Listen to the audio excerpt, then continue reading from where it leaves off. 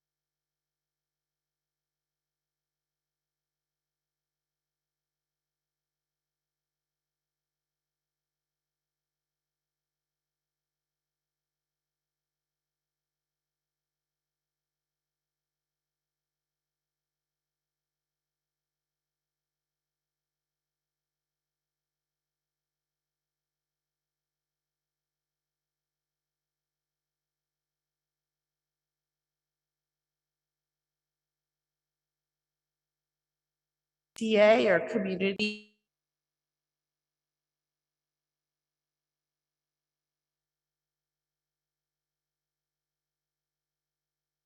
We typically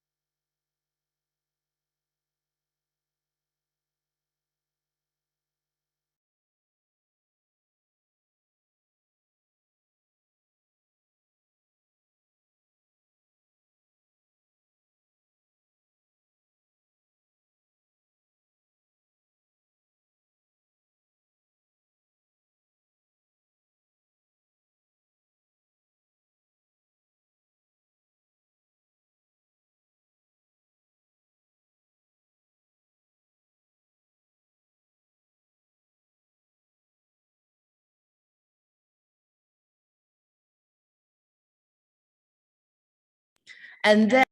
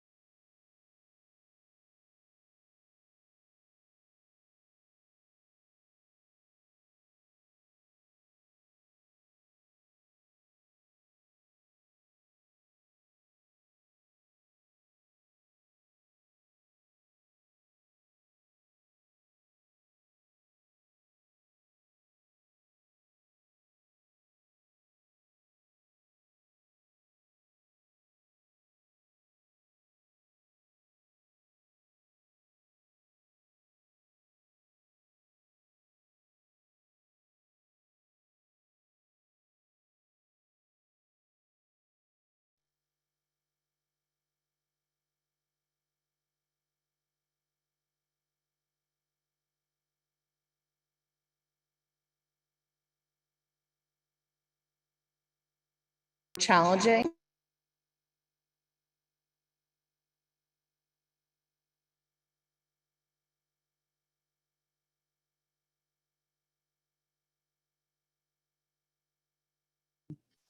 And some of you, may.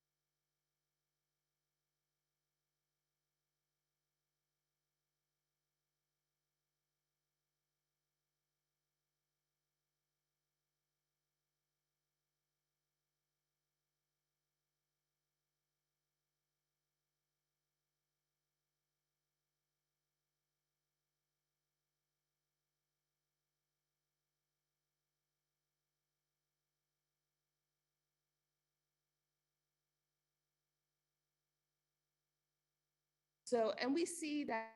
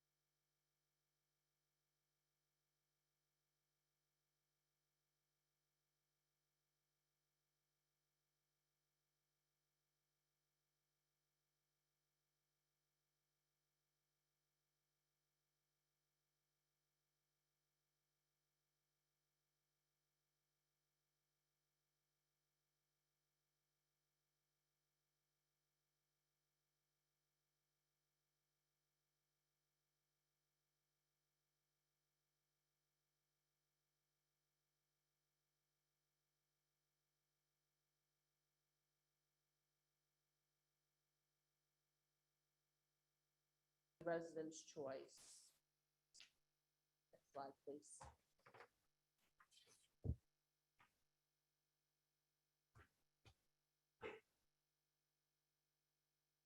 So essentially, there's more transparency if you're to go out if through a GEA program than if an individual resident were to go out for bid on their own. And again, the customers can opt out at any time. And if you do so at the start, before the contract even begins, you are never enrolled. Or you could just opt out at any time during the contract at your next meter read, and there's no exit fees. And so there's no hassle. And actually, you still get your one bill from PSC&G, so you don't even have to handle two bills. And there's advantages to the community as well. There's local purchasing control.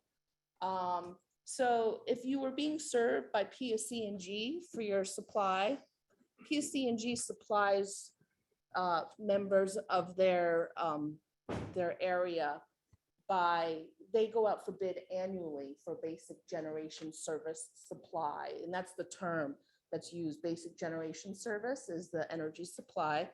And they will go out annually through auction. And that auction is set by the state. And it's for a specific contract length.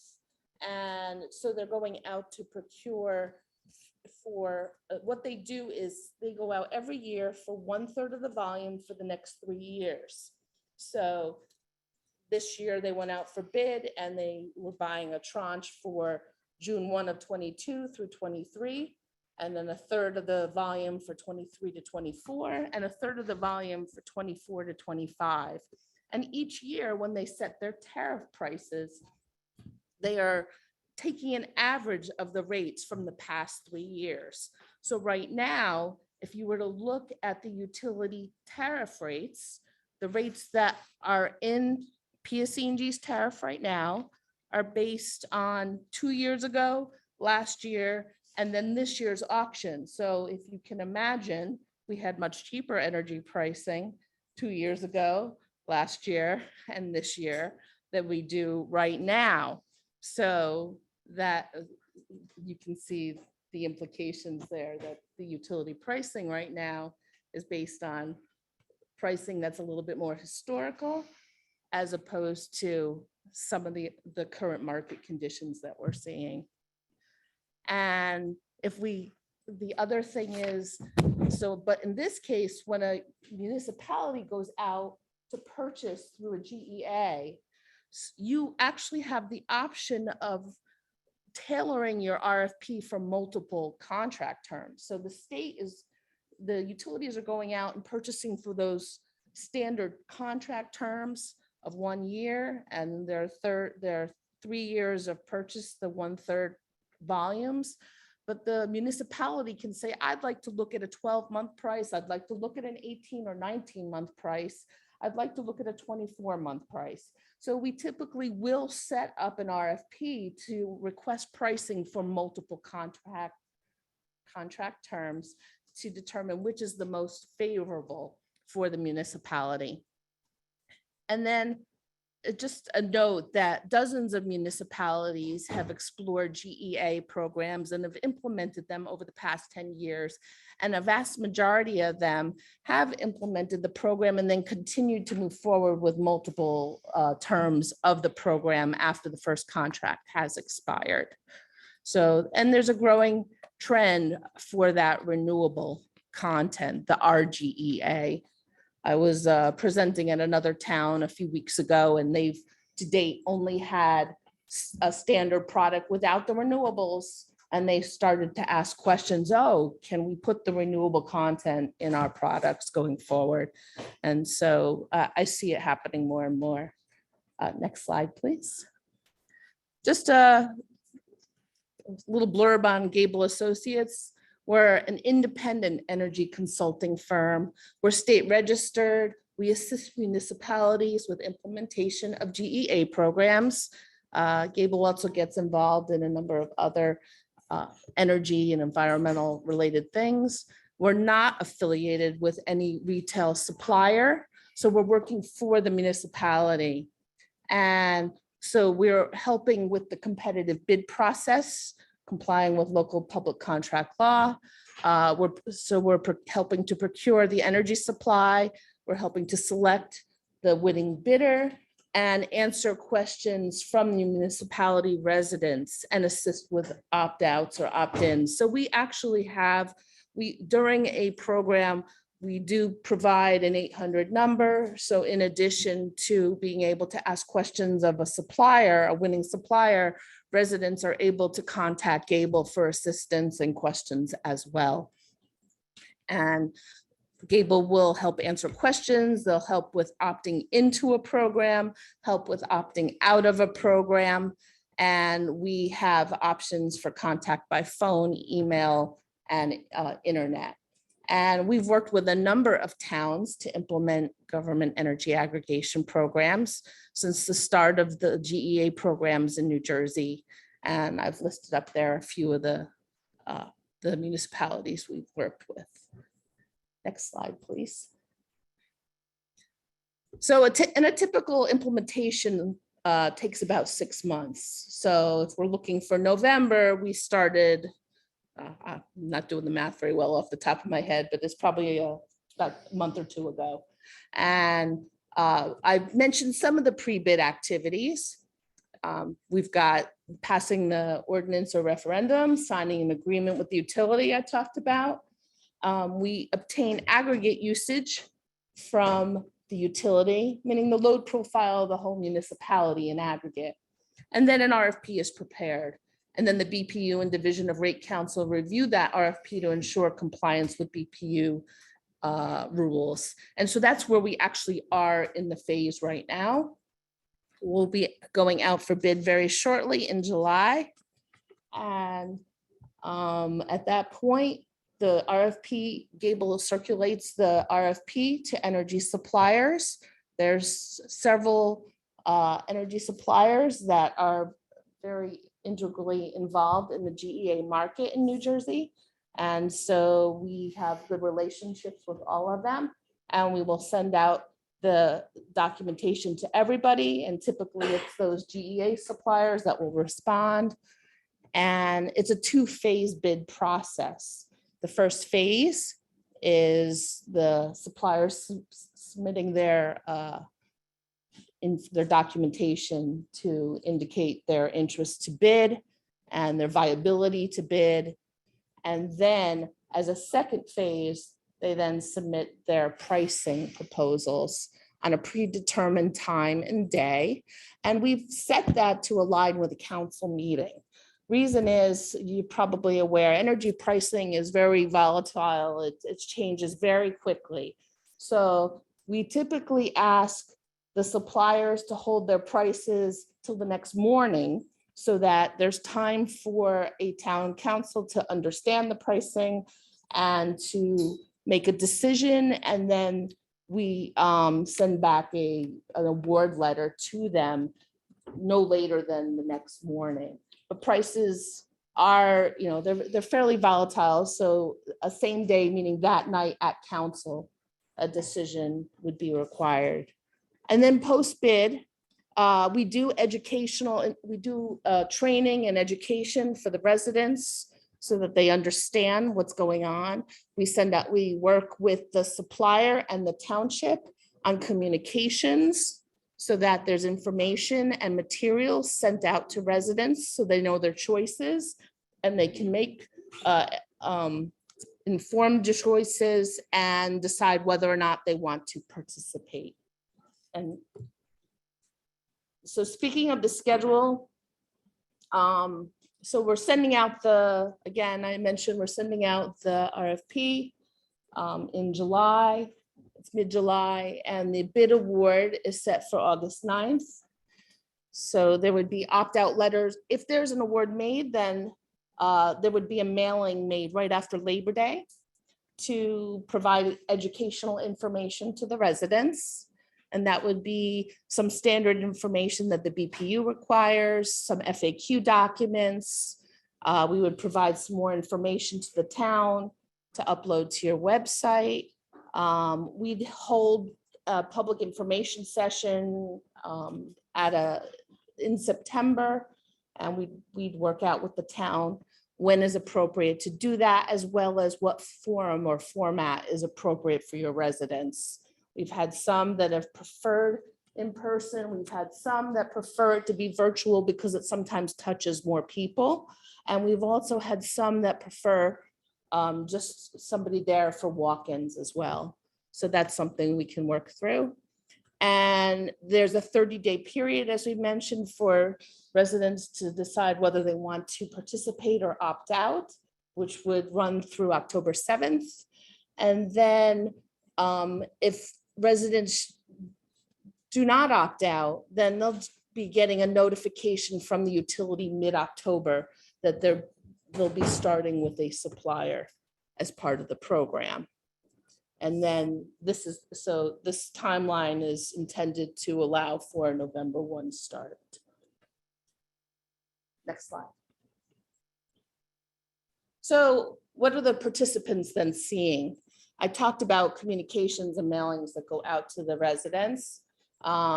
So typically the supplier, so we work with the supplier and we will help them specify with municipal input on the materials. And there's typically several documents that are sent out. There'll be FAQs, there'll be a document or that is BPU specified on specific information required.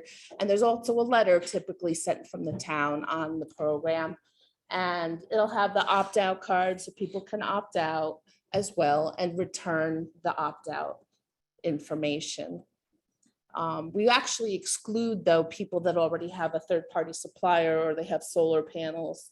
Because if you have solar panels, you're entitled to bank your solar credits. And if you are participating with a third-party supplier, you don't have the full advantage of those banked credits. So we typically do not include them as a default for the opt-out. I can talk about it on another slide. Those people can opt in, but they are not included by default to automatically.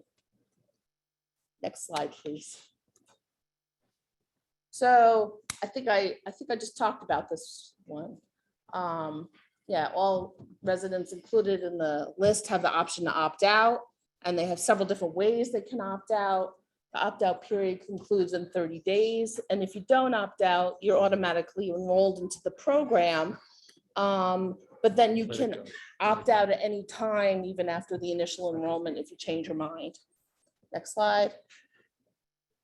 And let's see. I mentioned that there are certain residents excluded from the automatic inclusion, and those are the ones that have third-party suppliers or they have solar. And the reason we do that is because the third-party suppliers may have a contract, and if they leave that contract early, they may have termination fees, and we want people to be careful and not be exposed to a termination fee.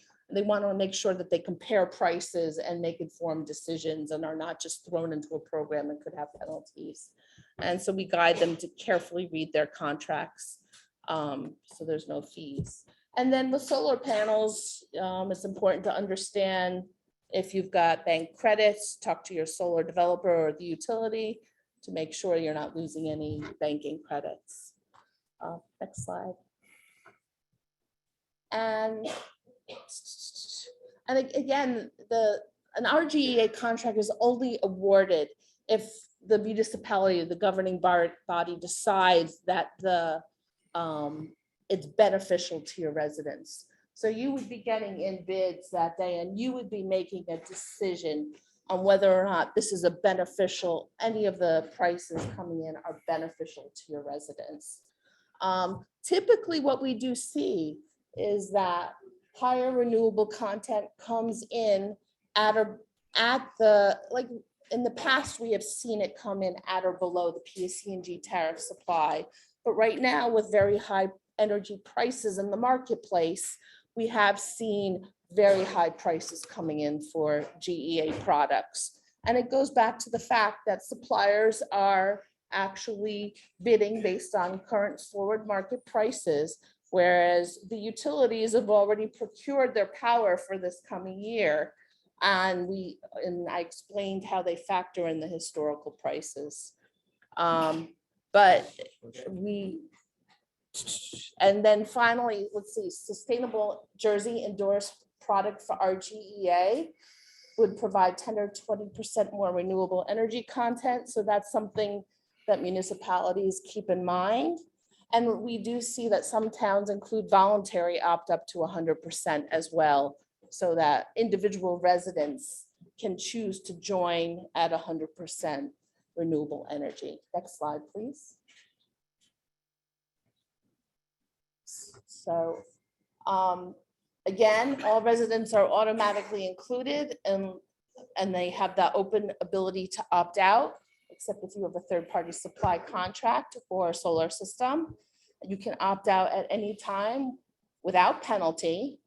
And if you can either not be enrolled if you choose to opt out at the start of the program in that 30-day opt-out window, or else at the next available meter read if you do start with the program. And the price is not variable. It's important to know we typically go out for a price that does not change over the course of the contract. the supplier isn't going to be varying a price on a monthly basis or changing for market conditions. There's no teaser rates either. Next slide, please.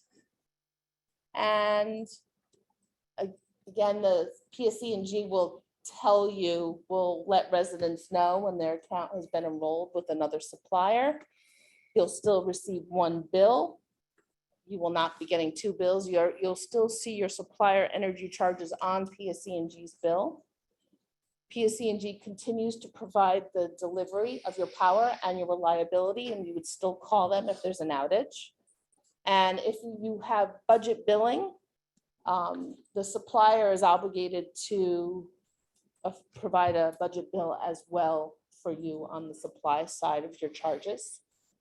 And there's no change if you get financial assistance such as LIHEAP.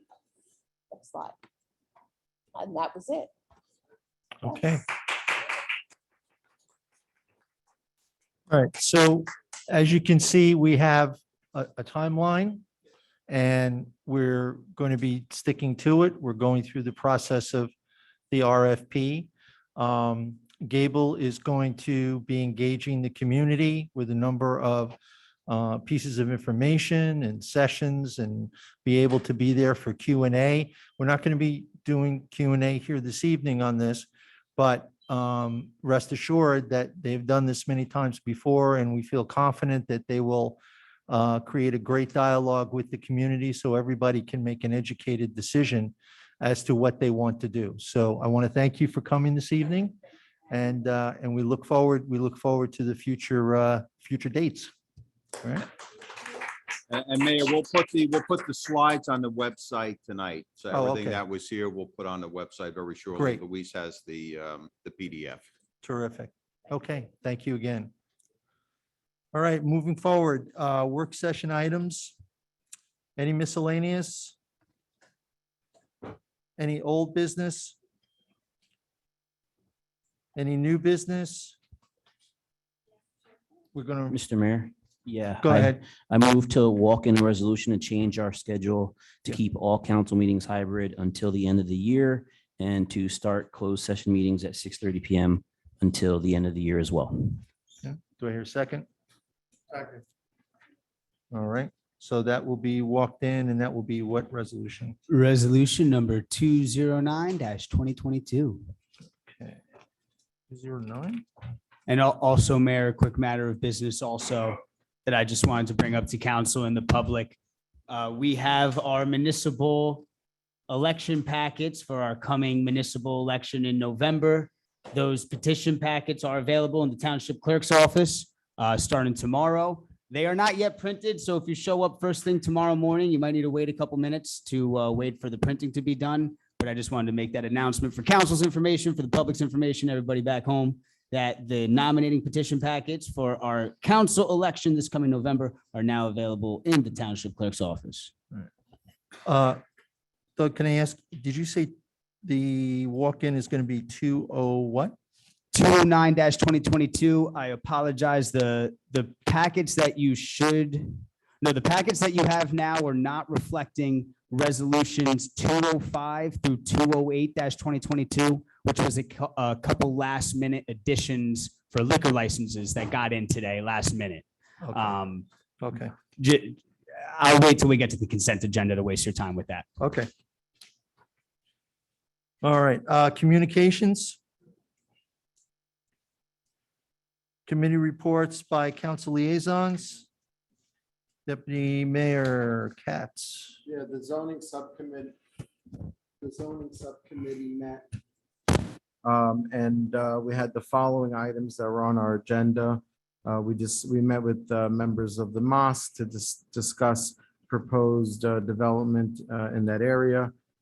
We invited the Board of Adjustment Chair, which is done over the years, that we invite the chairs to the different boards because we wanted to get the feedback as far as what items are becoming very too often in front of boards and that they basically approve. Like, so when the generators became something where it was like every meeting lined up with several generators, we invited the chair and And she at that time suggested that we put in zoning for generators. And he gave us two requests that the zoning subcommittee, I believe, concurred. Also, Alfred Avenue came in with an update. Holy Name Hospital had an update. First floor medical zoning was discussed, and cannabis zoning in other areas in Teaneck where it was very lightly discussed, but referred to the cannabis zone committee for suggestions and recommendations. Okay, great, thank you. Mr. Advisory Board Mayor. on Community Relations, new Yes. resident event, go ahead. Can you hear me? Mhm. Yes, the Advisory Board on Community Relations. Thank you. Wanted to announce that they're planning to host their new residents event for 2022. It will be held on October 20th. And they will be making reservation at the Voda Center. And also, Mr. Township Manager, they wanted to talk about budgeting, just they usually like to have refreshments and things. So that's something that they wanted to speak with you about. Also, the Hackensack Riverway recently held on Saturday, June 18th, a renaming of the section of the Greenway to the Jordan Wolf River Walk, who was one of the original founders of the Greenway. And they also held a really wonderful concert by Artie Walser right along the riverside. If you've never visited that location, it's a really great space in Teaneck. And that concludes my community relations and community reports. Deputy Mayor Mr. Mayor, Schwartz. yes, the planning board met last week on was the area in need hearing as it relates to the State Street properties and presented by Township Planner Keenan Hughes and was approved unanimously after about 90 minutes. Any other reports from anybody? Nope, okay. Sorry, Mayor, the ABCR event, Councilwoman Rami Rice, what was the date and time and just specific location? I just want the record to be Sure, for correct. the new residents event, it's October 20th. This coming October 20th, and it would be held at the Richard Voter Center from 6 to 9 p.m.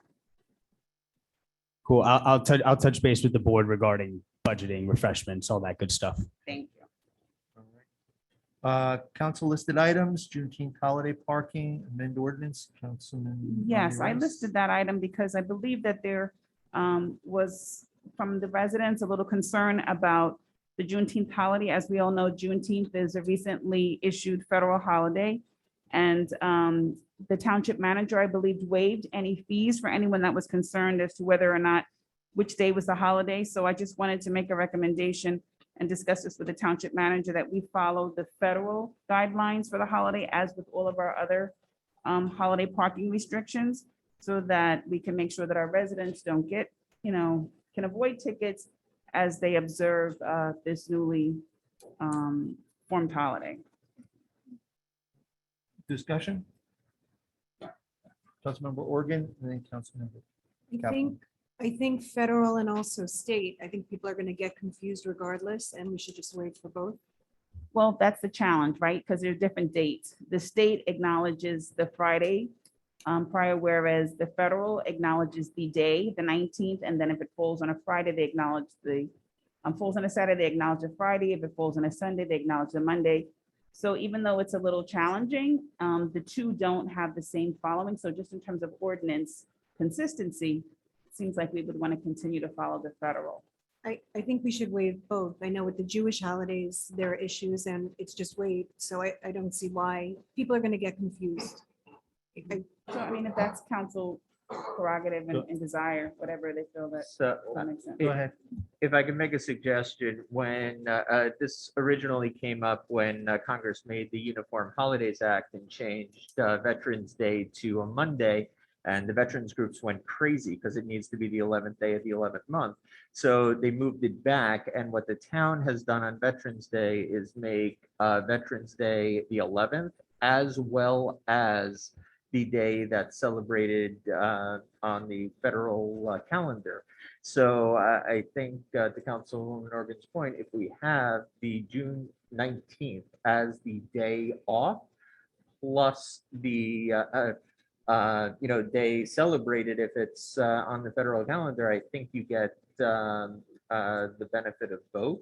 The problem is, in this case, there's 3 days. So you can have June 19th itself, the day it's celebrated federal, which could be separate, and the Friday. So it gets, fairly convoluted. And we are going to have people that believe whatever day is celebrated. So I think we either wait until the state and federal figure this out or give all 3 days. But I defer to the township manager, it whatever he becomes feels is complicated. best. Okay, so at this point, let's, Can I make let, a suggestion? sure, go ahead. Why don't we ask the township manager to speak to the police department and see what the rest of the police law enforcement community is doing so that we can make sure that it's not confusing. And do we need to bring in the Board of Ed on this, or have they made a decision? This would Parking. be our ordinance. Parking Okay. ordinance. Okay. All right. Moving forward, Township Managers Report. Thank you, Mayor. Just a couple of quick project updates and COVID updates. As of June 24th, we have 10,540 cases in town that we're aware of in the CDRSS system. We're up 179 since the last council meeting on June 14th, and that's an average of about 12 a day. This does not count those that do the home tests that are not officially reported. The COVID vaccine, of course, is now available to everyone 6 months and older. Holy Name, I know, is currently vaccinating, and correct me if I'm wrong, Holy Name staff here. Everyone 5 and over at your 3 vaccination sites.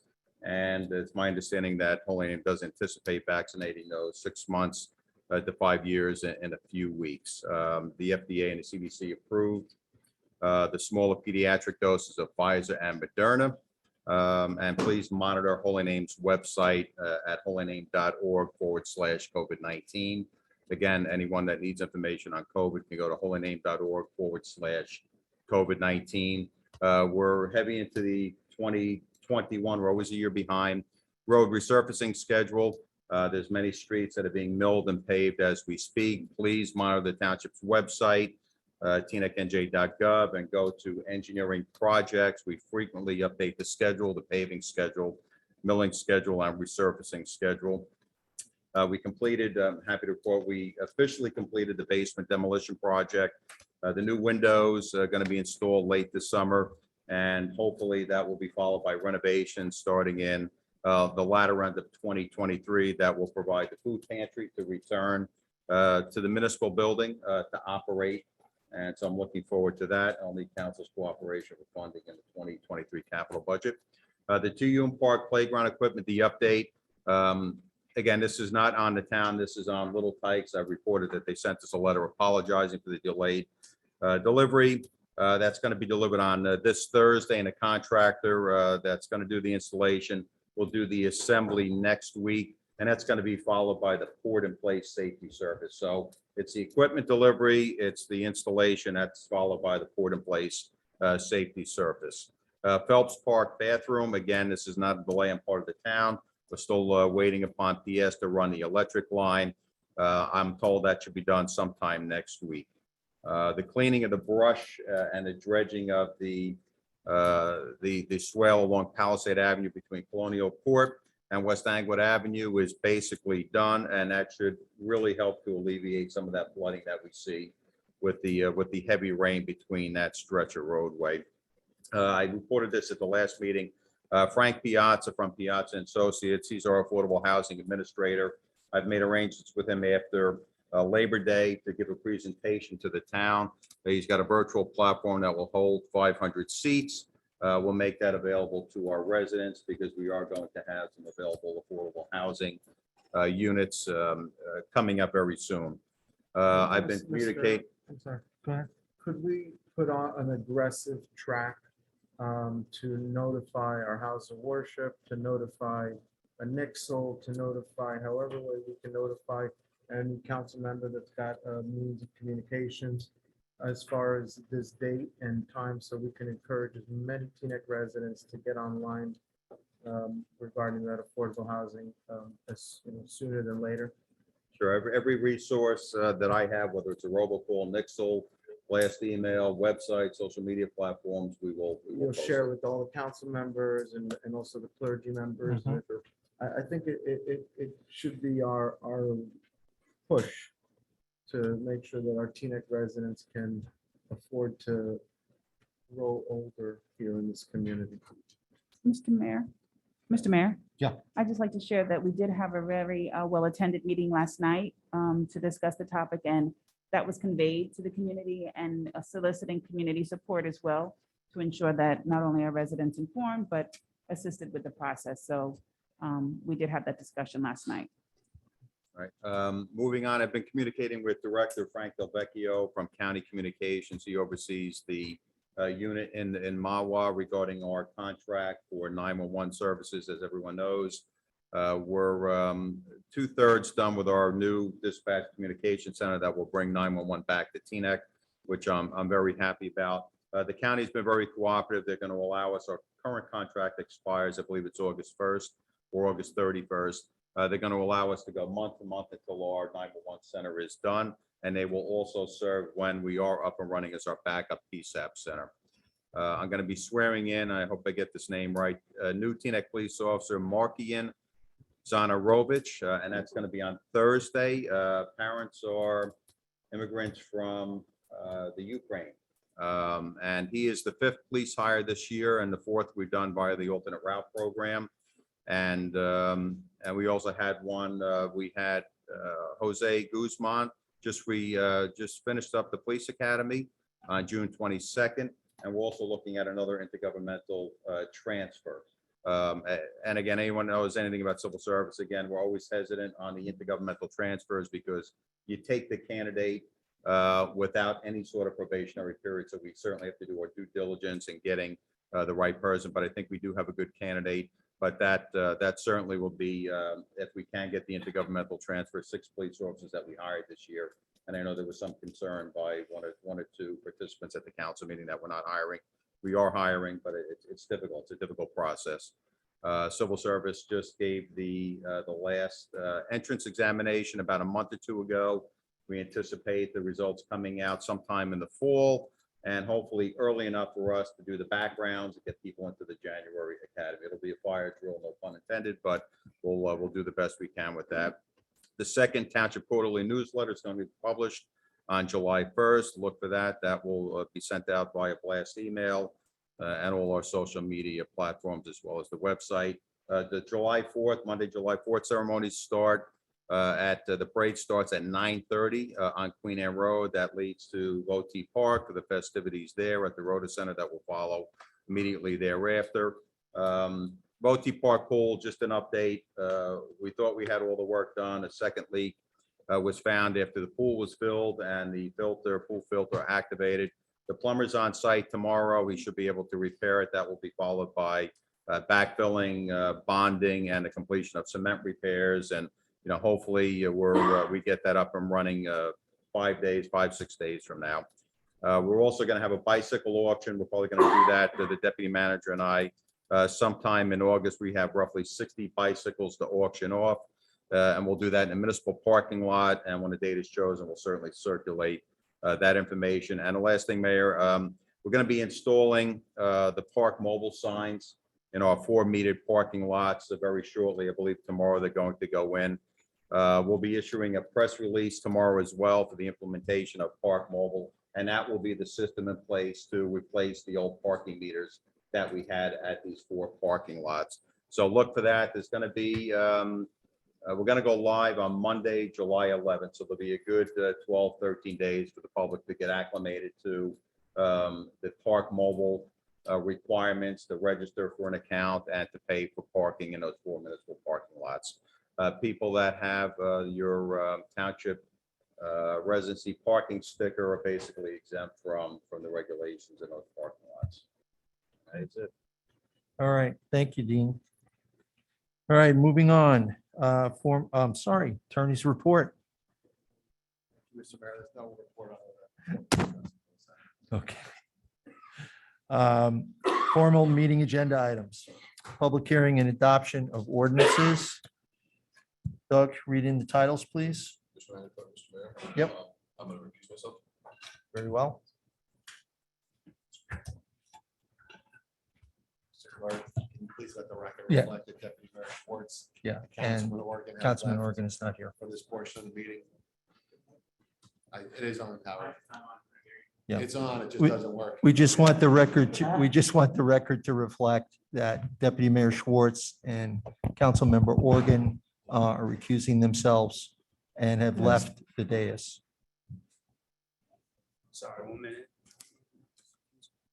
And yes, Mayor, also before we start the public hearing and adoption of ordinances, I would like to notify the public council that we did receive a protest petition in regards to ordinance number 22-2022. And after review with our legal team, it is deemed certified and valid. It is a valid protest petition. I will let Mr. John Shadanian, our township council, explain what that means. John, if you could, please. Thank you, Mr. Clerk, and thank you, Mr. Mayor. Just for the edification of the general public, I just wanted to make sure that everybody understood what Doug is talking about when he indicates that a protest petition was filed. A protest petition is part of the municipal land use law. It's found that if you want to look it up, NJSA 40:55D-63, if that's of interest to you. Essentially, what it is a document filed with the clerk by residents. There's a statutory requirement in terms of the percentage and the distance and the land use area. And if you meet that statutory percentage, then that triggers the fact that 2/3 voting majority is required to pass any revision or amendment to a zoning ordinance. In this case, as Mr. Ruscione has indicated, we did receive a protest petition from some of the neighbors surrounding the area that's with respect to the holy name ordinance number 22. And that number was sufficient, was deemed sufficient. So therefore, a 2/3 majority vote of the council is required to pass that ordinance. And this is a way in which neighbors can make a council aware of their concerns and allow them to review them. And they have been reviewed by the council. So I'm just want the public to understand that that's a document that was received and acknowledged by the council and reviewed. Thank you. Thank you, John. I'll ask the council members present if they have any comments they want to add to these two ordinances we're discussing tonight. Nope. All right.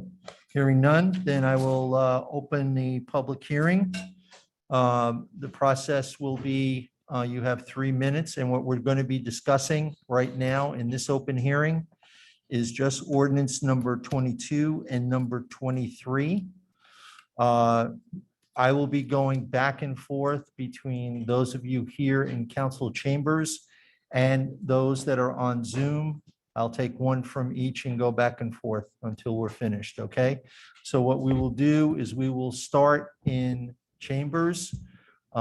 If you could raise your hand and let me know you want to speak to any one of those. Please stand up, sir. And when you come to the microphone, just please state your name and the town you're from.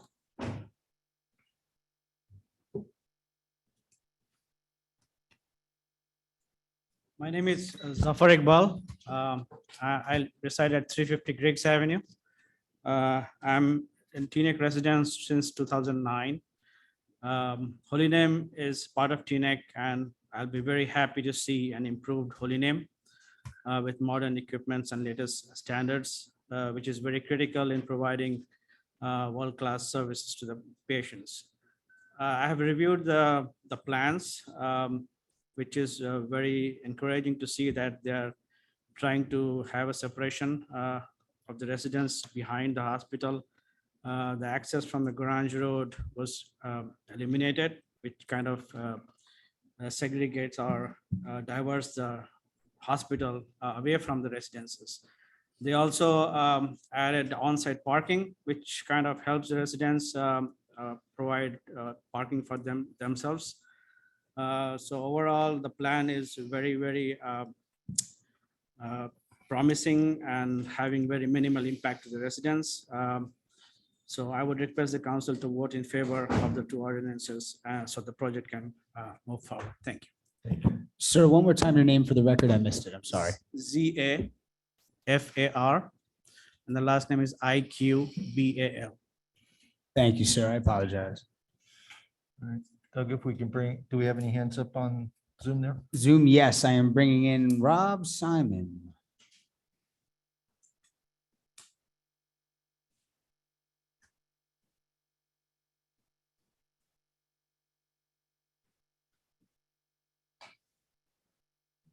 Rob Simon, whenever you're ready, just state your name for the record. I will begin the clock. Good evening to everyone. Rob Simon. Can I I'm the hear attorney- you, Rob? You cannot hear me? You do not appear to be muted. My volume is all the way up. Can you hear me? Okay, let's, Rob, just say something one more time. for Hello, me. hello? My volume is up. I can't hear you, Rob. all right, Rob, we're going to come back to you. All right. So can you, I'll leave you right there for now, Rob. Oh, wait, I just heard. Wait, try that one more time, Rob. Now you're muted. How about now? Oh, you right. sound great. but we can't hear anything. Can you hear me? We can't hear him at Oh, all. man. All right. Yeah, All right. Rob, I'm ready to come back to Okay. you. I'm sorry. All right, so let's move to the do next one. another in person. Let's do it in person. Okay. Next person in chambers. Raise your hand, please. Who wants to speak?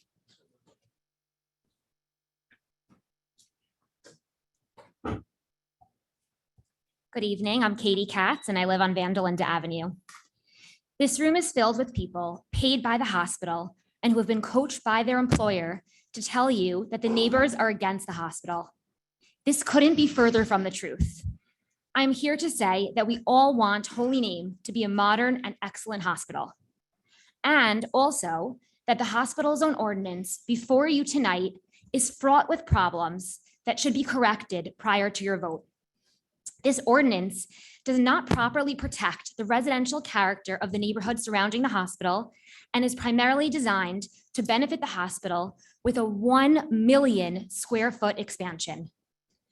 Any member of the council who is independent, a leader, and has the best interests of the township will not support the hospital zone ordinance in its present form. If you vote no tonight, you will show that you are in favor of a negotiated resolution between the hospital and its neighbors. If you vote no, the neighbors look forward to negotiating with the hospital and getting to a settlement. The only way to get there is to reject the ordinance this evening. We all want a modern hospital, and it can happen, but please be at the cost of Teaneck families' treasured neighborhoods. Please do not waste the town's money in a lengthy battle. Vote no and allow us all to work this out together in a productive way that will benefit the township of Teaneck, its residents, and the hospital. Thank you. Thank you.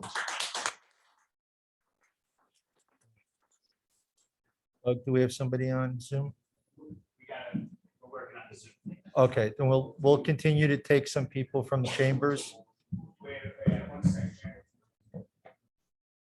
Rob, can you try again for me real quick? No, I can't hear. We're I gonna, know, he's muted. okay, Can you hear me now? Loud and Yeah. clear, Rob. Woo. okay, Wow. Okay. go ahead. You have 3 minutes. Rob, you got 3 minutes, sir.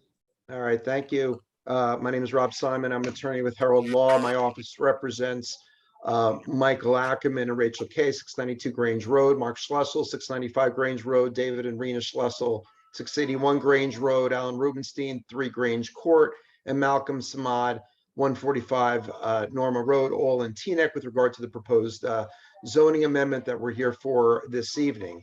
As you're aware, a prior version of ordinance number 22/2022, ordinance 9/2022 is currently the subject of litigation pending in Bergen County Superior Court with the township and the planning board named as defendants.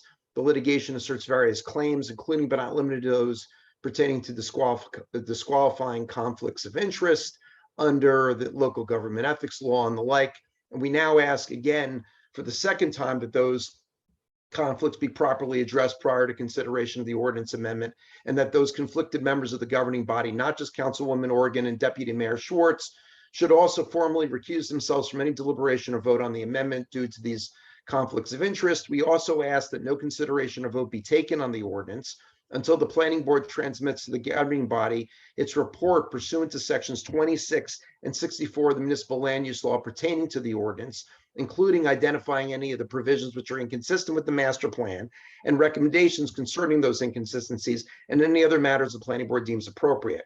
Reliance on the expiration of a 35-day period for planning board review under section 26 of the municipal land use law in this particular case would be entirely inappropriate, frankly suspect, especially given that the planning board has met subsequent to the introduction of ordinance 22-2022, given that the planning board's prior review of ordinance 9-2022 proposed for repeal, and considering that those with conflicts of interest participated in not only that prior master plan review, but also in the underlying master plan amendment, public hearing, and adoption.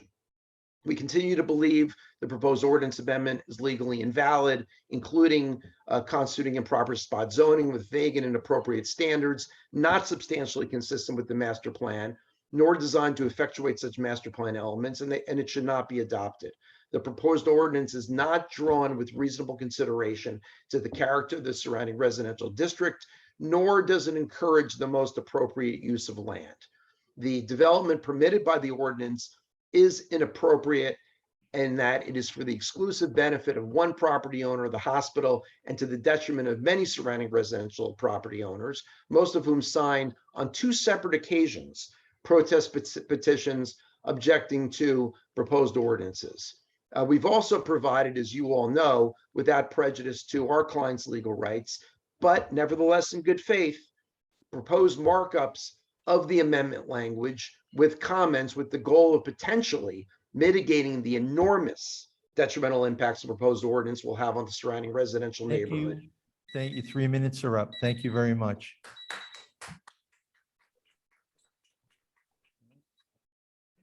If you come on up. Again, state your name and town you come Hi, from. everybody. Karen McAvoy, 54-year resident, Teaneck. I just want to say, please vote yes. Let's get this over with. Yes, I am a paid employee of Holy Name, and I am honored for that because I'm a single parent and I get to stay close to my daughter who's in high school, and we all know what 17 does. So I get to stay close to my daughter, and I have that opportunity, and I thank Holy Name for that. I've been working there a little over a year. I think 2 years of negotiation is fair enough. I think somebody has to either make the compromise or the sacrifice. 2 years is too long. I personally have to look out my window and I get lit up in my bedroom, Marriott and hotel suites. So we all, as residents of Teaneck, have to give a little to get a little. And if I have to hear Hackensack say one more time that they have the state of the art and the best facilities and procedures all done there, and Holy Name is at a standstill, I think that's the only people that are hurting is this community. The people who are fighting this, you're hurting your community, your neighbors. If we have to travel elsewhere to get the proper help or procedures we need to go to another hospital, that's not fair to those here in our own community. So these few people, 2 years is too long. Please say yes. Thank you. And thank you for last weekend.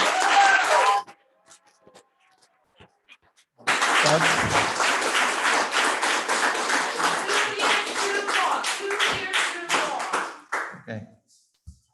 I am bringing in now Paul. Paul, once you come in, you please state your name for the record. I'll start the timer, 3 minutes.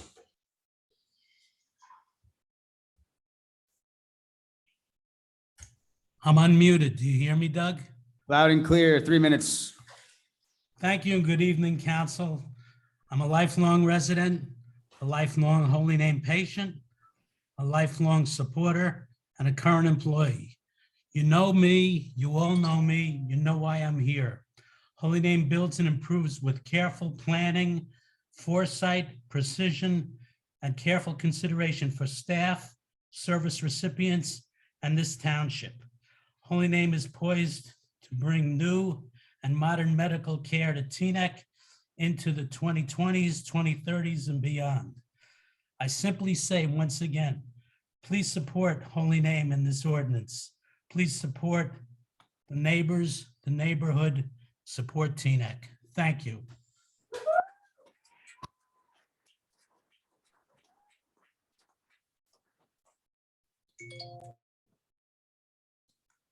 That was someone from Zoom. Oh, that was, I'm sorry. Raise your hand. Anybody who wants to in the back, please. Hi,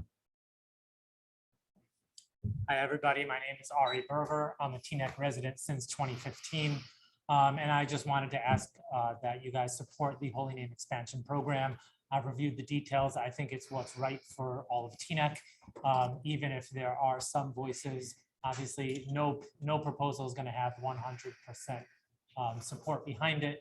But reviewing all the details, I do think that it's best for the many thousands of residents of Teaneck going forward for the future. Thank you so much.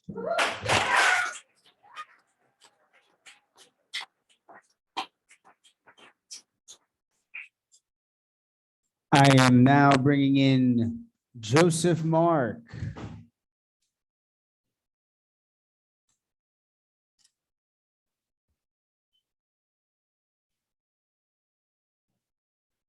Joseph Mark, whenever you are ready, please unmute, state your name for the record. I will start your timer. Joseph Mark. Maybe Mark Joseph.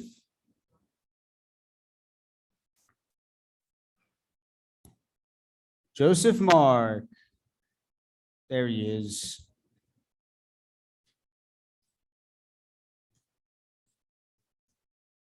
Joseph Mark or Mark Joseph? Can't hear you, Joseph Mark. I know it's not our Zoom. At least I hope it's not.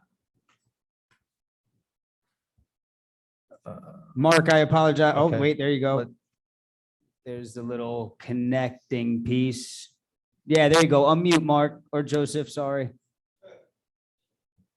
Got it. Okay, can you hear me now?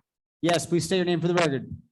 It's Joseph Mark, and I live in 166 Norma Road, a couple blocks from the hospital, and I've been listening to these proceedings very carefully, and as I see it, it's been a couple years where a group of neighbors who very much appreciate what the hospital has done historically and what continues to do, but continue to have significant real issues that the hospital does not seem to want to address.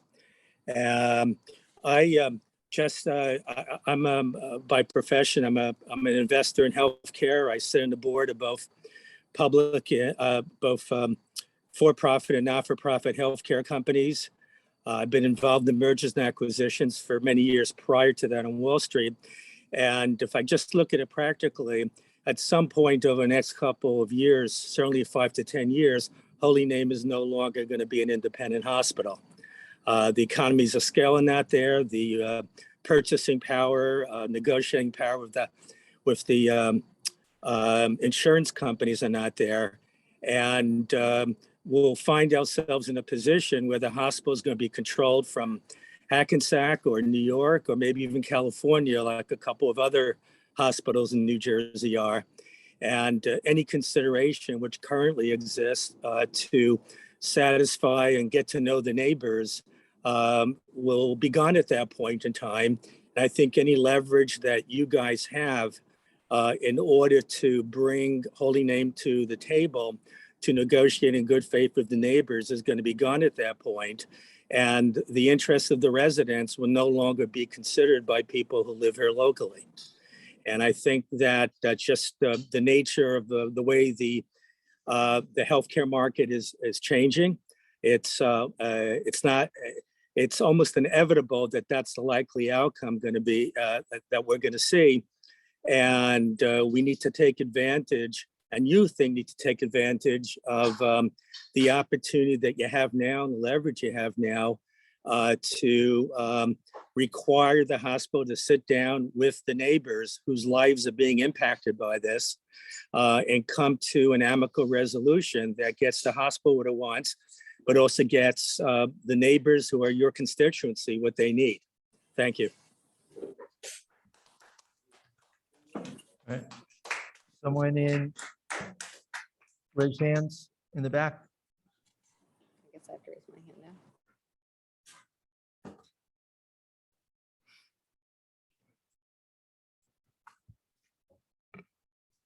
good, Doug? Hillary Goldberg, Teaneck. If anyone has any issues or think that the wrong thing was done, they can go to Superior Court. Go ahead, do it, said Councilman Keith Kaplan. And so once again, they did. Perhaps one day I will find out why this council enjoys getting sued so often. This is on the agenda again because 4 members of the Township Council and 1 member of the Planning Board have been accused in a lawsuit of conflict of interest that should have prevented them from voting in the first place. 2 of them have now recused themselves. Simply put, the tax-paying neighbors deserve adequate protection for their neighborhood, as with any other neighborhood in Teaneck. There is no reason that this cannot be a win-win where we have a strong hospital and protect the residential neighborhood surrounding the hospital. In an April 20th, 2020 email, Stephen Mosser sent an internal hospital email stating, send Schwartz Katz Price 2 options. Option A, which includes deed restrictions and the elimination of the road that we will present with neighbor support, or option B, the same plan with the current road intact and no deed restriction. Despite 17 months of negotiations, as claimed by Deputy Mayor Mark Schwartz, the hospital never had any plans to actually negotiate with their neighbors. They had no need. As Richard Pride has stated only 3 days later to Deputy Mayor Schwartz and Katz, I personally and our office is frustrated and exhausted by the hospital's behavior and actions, and allowing them to get their way imperils the neighborhood, the township, and most of all, the 2 of you and other members of the council who may be tempted to go along with them. It also illustrates that Teaneck holds all the cards, something they appear not to understand or appreciate. Teaneck held all the cards and you gave them away. You have your second chance tonight to protect your constituents, the voters, the taxpayers at the last minute. Will you? Deputy Mayor Schwartz gave his word at the planning board meeting that he would not introduce any zoning ordinances, that he will oppose zoning ordinances in the future unless there's a signed deal between the parties. Mike Maron's autograph on a document is not an agreement. This council gave away our entire hand, and here's your final chance to do the right thing. At the superintendent search meeting last week, Councilman Keith Kaplan asked the superintendent search be tabled, as a majority of the Board of Education seats will be up for the first time this November, and the voters should be the one to decide which Board of Education members hire the next superintendent. As a majority of the Township Council seats will be up this year in an election year, perhaps this council should listen to Mitch Kaplan and allow the voters to decide if the good neighbors of Teaneck and all neighbors of Teaneck get their neighborhood protected. And if they don't, Teaneck, pay attention. It happened to them, it will happen to you. And we saw it in the worst possible way. Elections have consequences.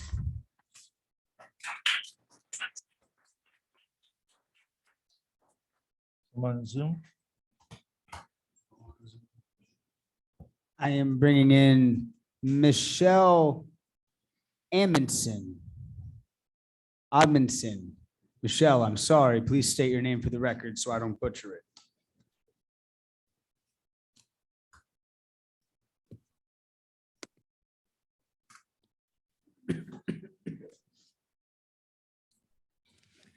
Hi, my name is Michelle Amundsen and I'm a resident of Teaneck. I ask that you consider what's best for all of Teaneck, not just particular groups. Holy Name needs to expand. We need a state-of-the-art facility that can meet everybody's need in a moment of crisis. Please vote yes. Thank you. Is that all, Michelle? Yes. All right. All right, someone here from Chamber want to speak? Raise your hand.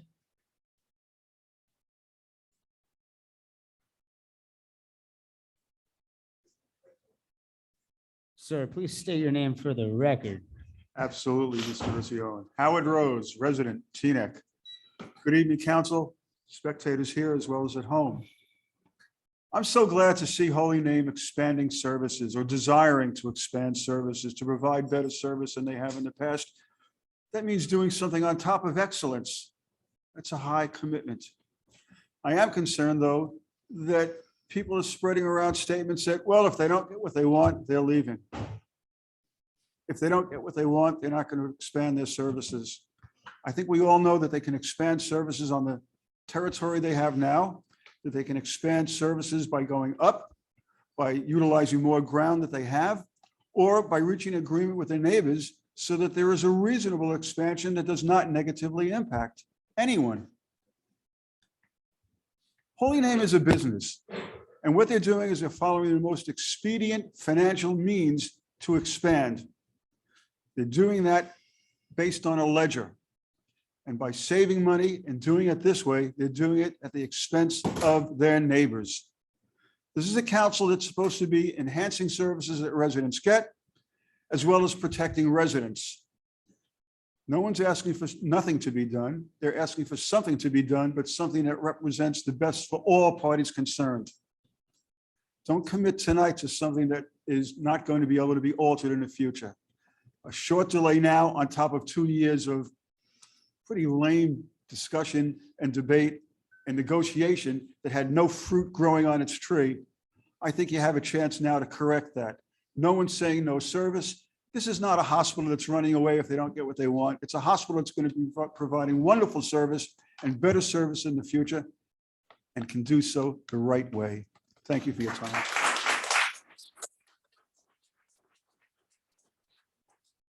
Thank you, Howard. I am now going to be bringing in Maurice Applebaum.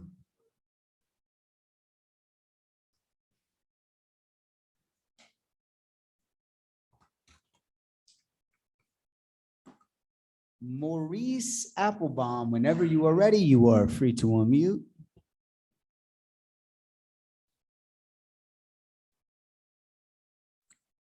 Maurice Applebaum.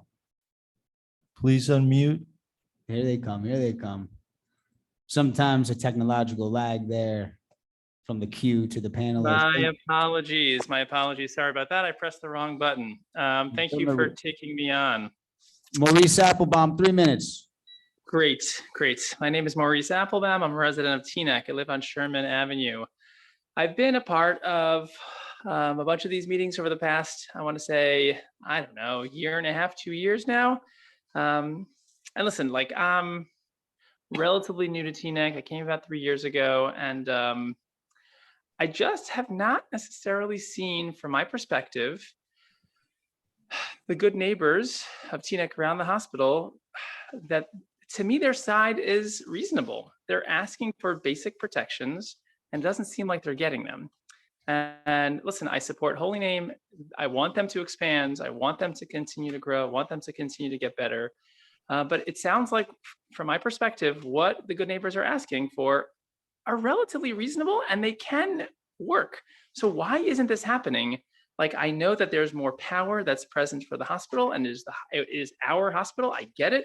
But can't there be some kind of arrangement that provides the proper protections for the neighbors that, like, as we all know, right? If we just look at the statistics, the majority of Americans, most of their wealth for retirement is going to be rooted in their homes. And this has the potential of really hurting a lot of people's nest eggs when they get older and they need to retire and they need to sell their homes. And like all of a sudden, now their homes are half of what they ended up paying. So it could be a real disaster for people financially. And it seems like the requests that they're making are eminently reasonable, ones that you and I would want to make. So I'm missing why this is not happening. Can anyone clarify as to why this isn't happening and like why it seems like they keep getting steamrolled? I don't mean to like cause offense, but I'm just trying to understand this. And I'm a lay person, so maybe I don't know. I imagine I have used up most of my time. So thank you for hearing me. You have a minute left if you wish to continue. Oh my goodness. Look at that. Fantastic. No, I think I made my points. I think I'm starting to repeat myself. So, once I start repeating myself a few times, then I think I should stop. But I think you get the point. I'd like to know, is there a way forward? So can you use my 30 seconds left to tell me what's why this isn't working out as I want it to? And I think it should. We don't have back and forth during public good and welfare. Okay, well, I'd like it to be on the record that I support the good neighbors and I want a positive solution for the hospital and the residents. Thank you. Thank you, Maurice. We will bank your 30 seconds. All right. Next person from chamber. Mr. Fellow in the back, yes.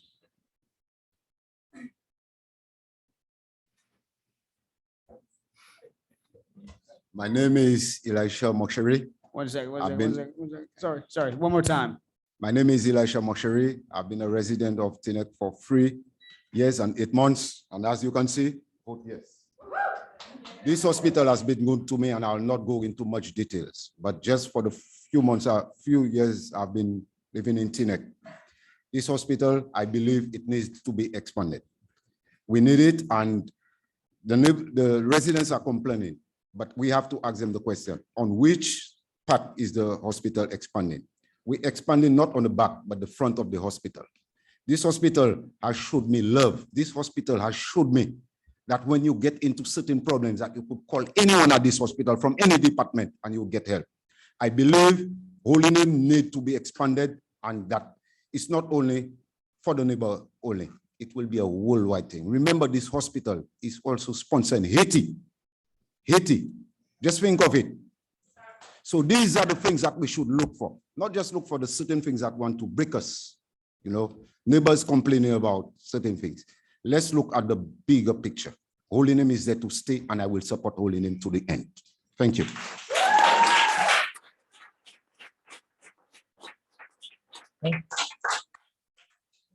I am bringing in Ezra Katz.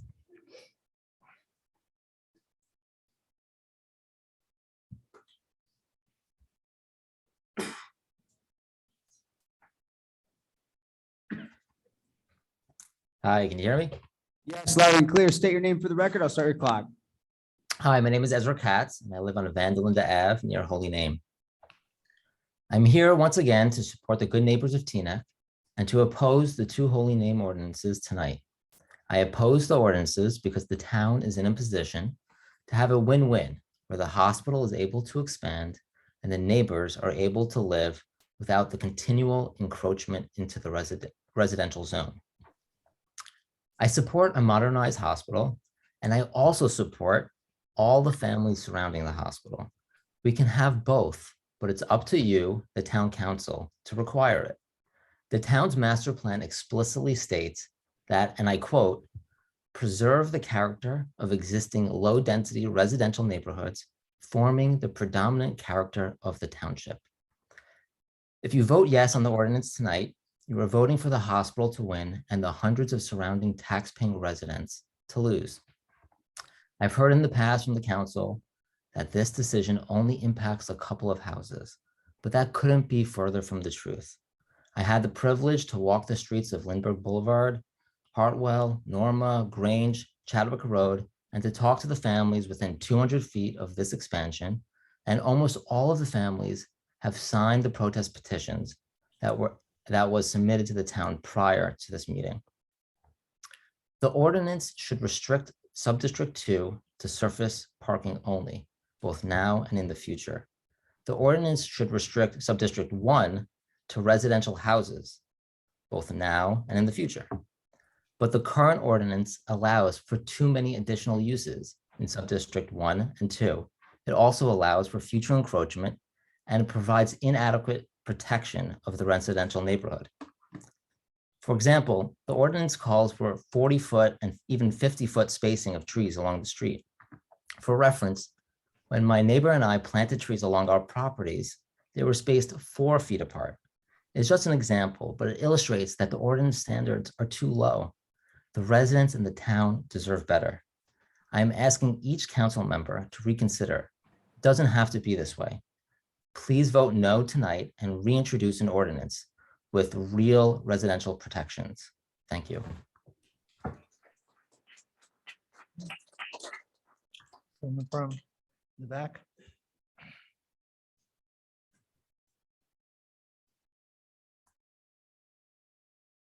Alan Zone, Teaneck resident.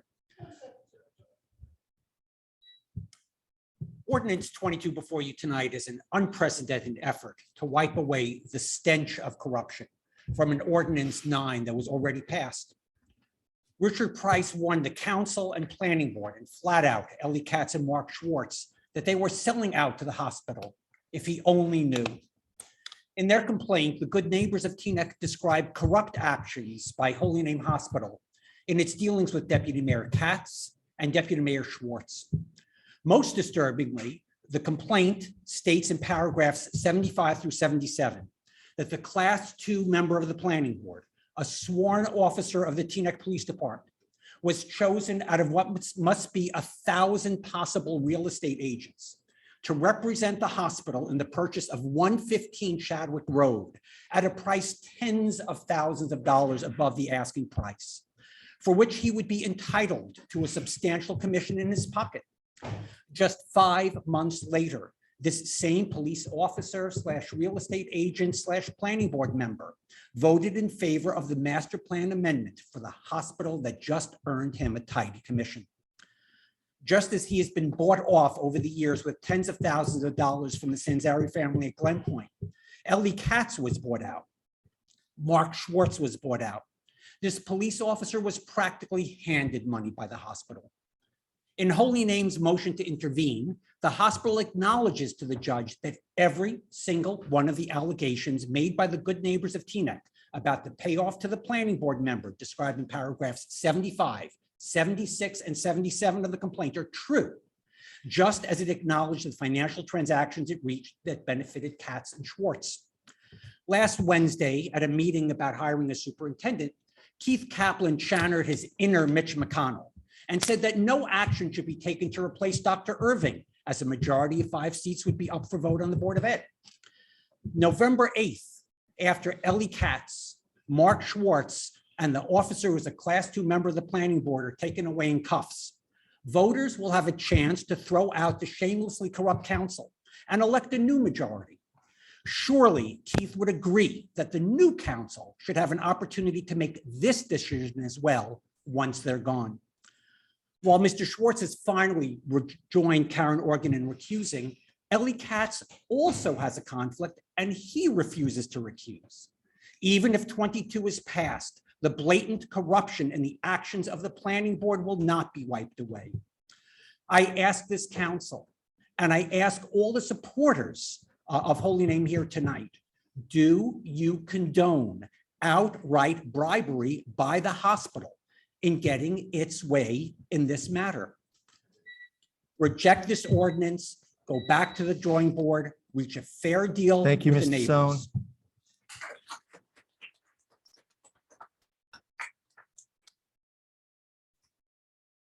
I am bringing in Fish Bensinger.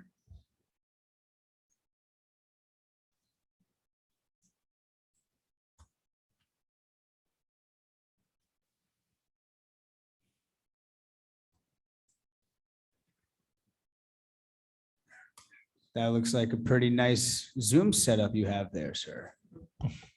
But you're muted. There we go. Can you hear me now?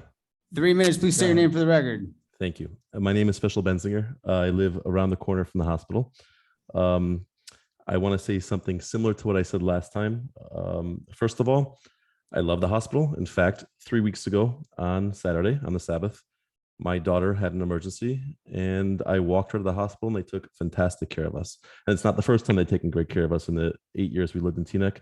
I am a big fan of Holy Name. And I hope everyone here who hears people tell us, say to vote no on this ordinance, realizes that it doesn't mean we're not fans of Holy Name. Holy Name is fantastic and I want them to be here to stay forever, as the other guy said also. On the other hand, I've been trying to build a basketball court in my backyard. I've been trying for almost 3 months and I just finally got approval from the city this past week. I got denied 6 times for small things because they want the character of Teaneck to stay the same. One time my pole was planned to be too close to my neighbors. One time it was a dry well, so water doesn't go where it's not supposed to. One time was the sidewalks. It was just one thing after another. Now, when it happens to you, it sucks, right? You grumble about it. But at the end of the day, I live in Teaneck because Teaneck's beautiful. I left Brooklyn to come to Teaneck because I didn't want to live in a concrete jungle. I wanted to live in a beautiful place. So even while it was happening to me, I knew the reasons for it. And I kept working with them and getting it right until I got approved for the court, because now it's going to keep the character of Teaneck. That's the way it is for me, and that's the way it is for everyone I know who's done construction here, and that's the way it has to be for the hospital also. I love the hospital, and I think they should expand. I think they should compete with the other hospitals, but I think they should do it in such a way that it doesn't ruin the character of the neighborhood, and it doesn't, ruin the property value of our houses who live nearby the hospital.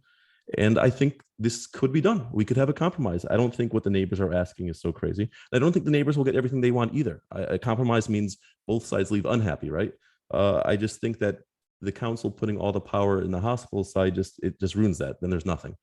I think that we vote no on this ordinance, And we compromise. They compromise, we compromise, they expand, our properties stay nice, our values stay good, and everyone walks away happy, unhappy.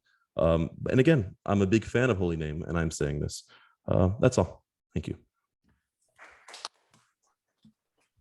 Okay. Next person in the chamber. Yes, sir. Come on up.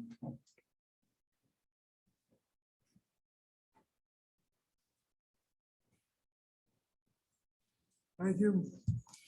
Name is Art Dagenholtz, 32 Van der Linde, Teaneck. And just need to start by saying that I have copies of what I'm going to say, so we could, if you give it to the clerk.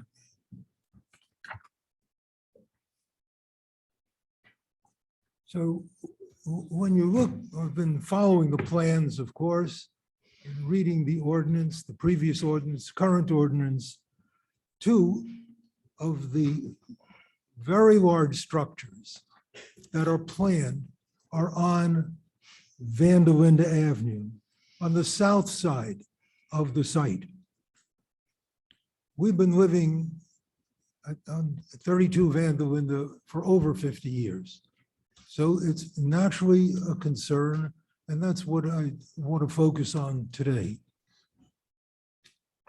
If you want to provide even minimal protection for the people on the south side, the people on Van der Linde and south of Van der Linde, then I urge you to vote no and fix this ordinance.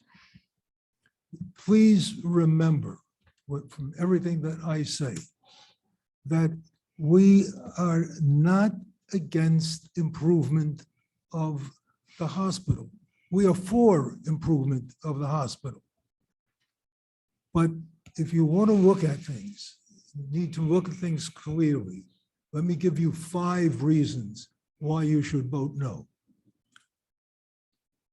The ordinance, this is page 12, if you're following the ordinance, requires that Medical Office Building 4 has a setback of 75 feet. That's the building that will replace the current nurses' residence.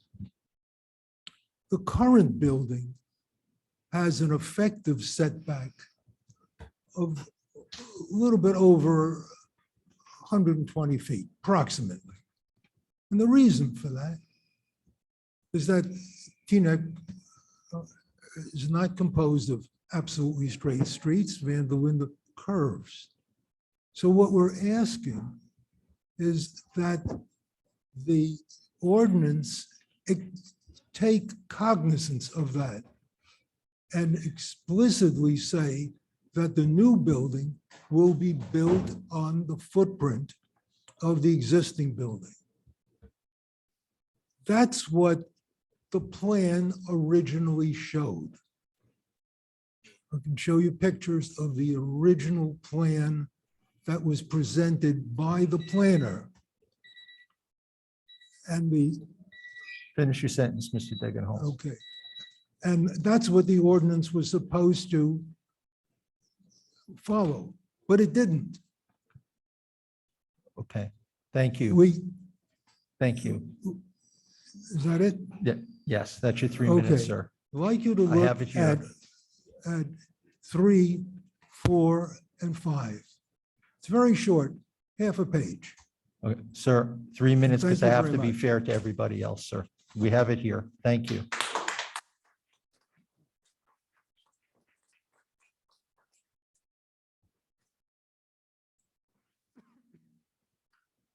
I am now bringing in Debbie Eliyahu.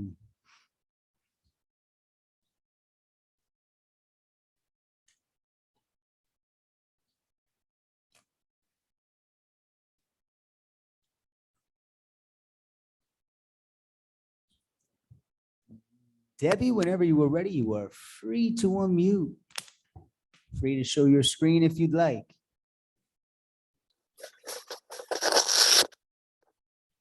I hear something. There's, hey, Debbie. Am I audible? I'm sorry, say that again?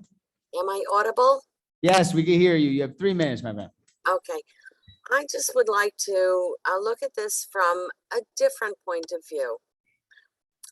In the last few years, we have had major upheaval in this country because of people promising things, elected officials promising things that are then not kept. Promises made, promises not kept. I don't live near Holy Name. My life has been saved a number of times at Holy Name. And truth be told, if it weren't for Holy Name, I'd be in a wheelchair today. And I don't live in the neighborhood. I think it's a gorgeous neighborhood. Thank you.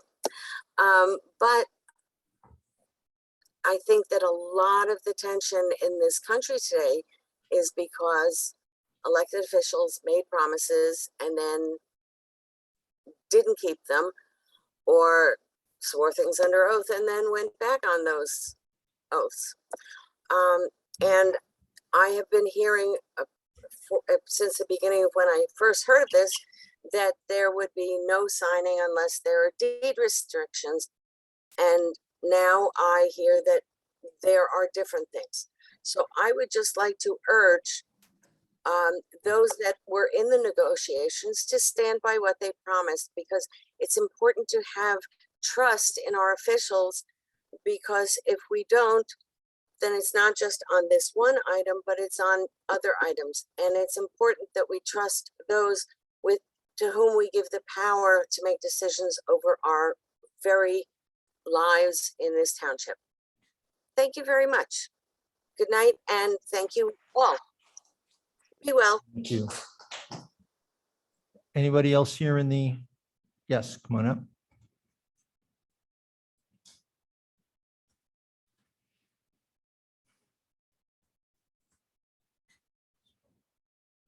Hello, everybody. My name is Pasha Sokolit, and I live in Teaneck for 14 years. And I'm also employee of Holy Name, which I love, by the way. They should vote yes for the proposal because everybody will have better health care, will provide health to everybody, mostly all the Teaneck town. And other things, when COVID was here, everybody had health care. People came from Manhattan. Some of the patients told me because they couldn't have taken care of their people came from Hackensack Hospital, which I personally transported them.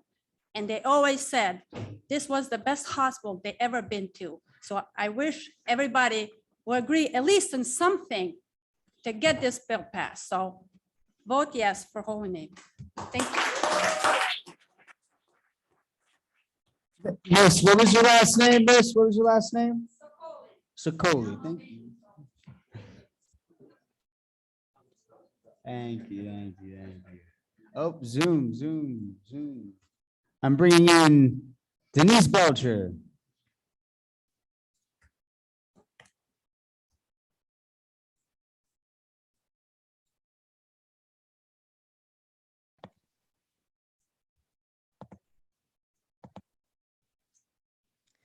Good evening. Can you hear me? Loud and clear. You got 3 minutes. Wonderful. I'm here tonight to express my concern over Holy Name Hospital's ordinance in its present state. The residents, I believe, requests are very, very reasonable in that they seek simply a good quality of life. We all have moved and or remain in Teaneck due to the suburban feel and nature of our town. What these residents are simply looking for is a buffer zone and fencing separating the H2 zone surrounding their homes. I encourage the Teaneck Council to lead by facilitating a meetup between the residents and the hospital, and to continue until you find consensus. Residents and our neighbors who are forced to litigate with the township and land use boards, we just want you to know this is not leadership to have to litigate, but rather finding a consensus to support finding the common ground. It's no secret that these residents are believing in the expansion, and they want good health care, and they want innovative facilities. But the thing we have to remember is that why do we have to always litigate in order to reach this common ground? The unethical conflict of interest that has mushroomed it has become a nightmare. We expect more from our township leadership. The residents are not anti-expansion. In fact, they support a 1 million square foot expansion. The residents support H3 and 4. They simply seek a reasonable request for a buffer zone and fencing separating their homes and a deed restriction. I support the good neighbors in their attempt to trying to find common ground with Holy Name Hospital. I support the good neighbors as they simply are advocating for a good quality of life for themselves and their families. Please vote no tonight and stand with the good neighbors of Teaneck. Thank you. Who's next and up front? Hi, my name is Paula Rogovan. I'm a 40-year resident of Teaneck. Don't talk directly into the microphone. It sounds wild on Zoom. Sorry. This is not and should not be a debate about whether Holy Name is a good hospital, about the quality of care, or about the issue of whether they should expand or not expand. This is about the issue of the hospital and the residents. And I used to live, before I moved to Teaneck, I lived in Washington Heights, and we dealt daily with the expansion of Columbia Presbyterian. They knocked down huge apartment buildings for whatever they needed it, and without regard to the residents. We saw that over the years. We see it all over the country, hospitals expanding into the neighborhoods without concern, often without concerns for the neighbors and their issues. I'm concerned about the issue of conflict of interest of some of the council members. We need a council, we need representatives who care about the people of Teaneck, who care about the residents around the hospital. And it's really, really critically important that you vote no tonight and that you go back to talking with neighbors and coming to a consensus about what is needed. I plead with you to vote no and stand up for what is right. Stand up for the neighbors.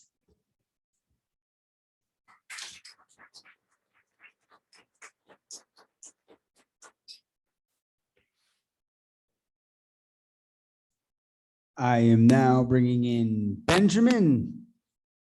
But Benjamin, I need you to please state your name for the record.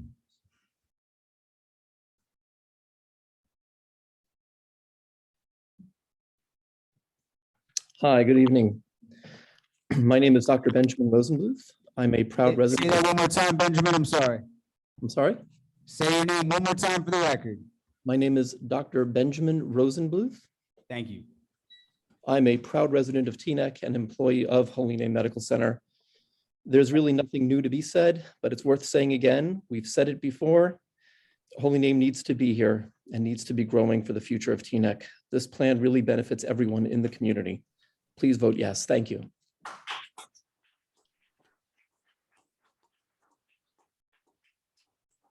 I am bringing in Douglas Siegel. That's a nice. Doug, no. I have to bring someone from in. Oh, sorry. I forgot we're not Okay. just on Yes, Zoom. ma'am. Sorry, Doug, please wait.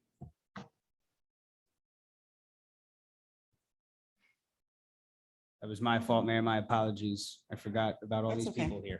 Good evening, everyone. My name is Edith Connor, and I do work for Holy Name, but I have not been paid to stand here. to represent Holy Name. I've worked there for 34 years. I've lived here in the town of Teaneck since 1986.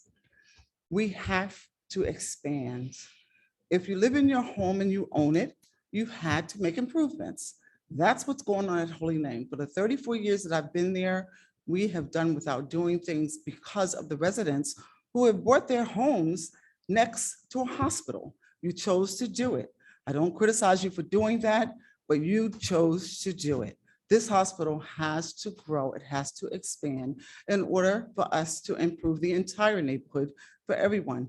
Can you imagine having to go to Hackensack when you have an emergency? You spoke on it. Some of the neighbors spoke on it who's against the growth and an expansion.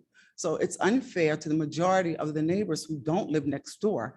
I do feel for you. I understand some of your complaints about it, but you bought your home there. So you have to compromise. We have to trust the board that we put in place. You guys have looked over the plans. You've had the lawyers talk to you and explain to you back and forth. You actually voted, because I've been involved and been to the meetings online, you voted yes.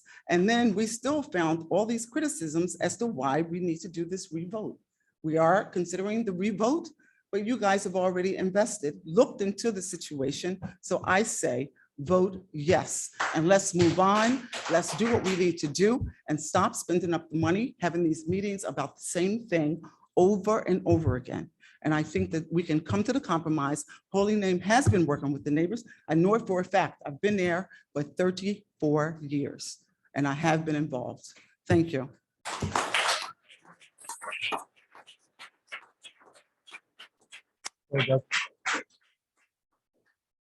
Douglas Siegel, you are free to unmute. Please state your name for the record.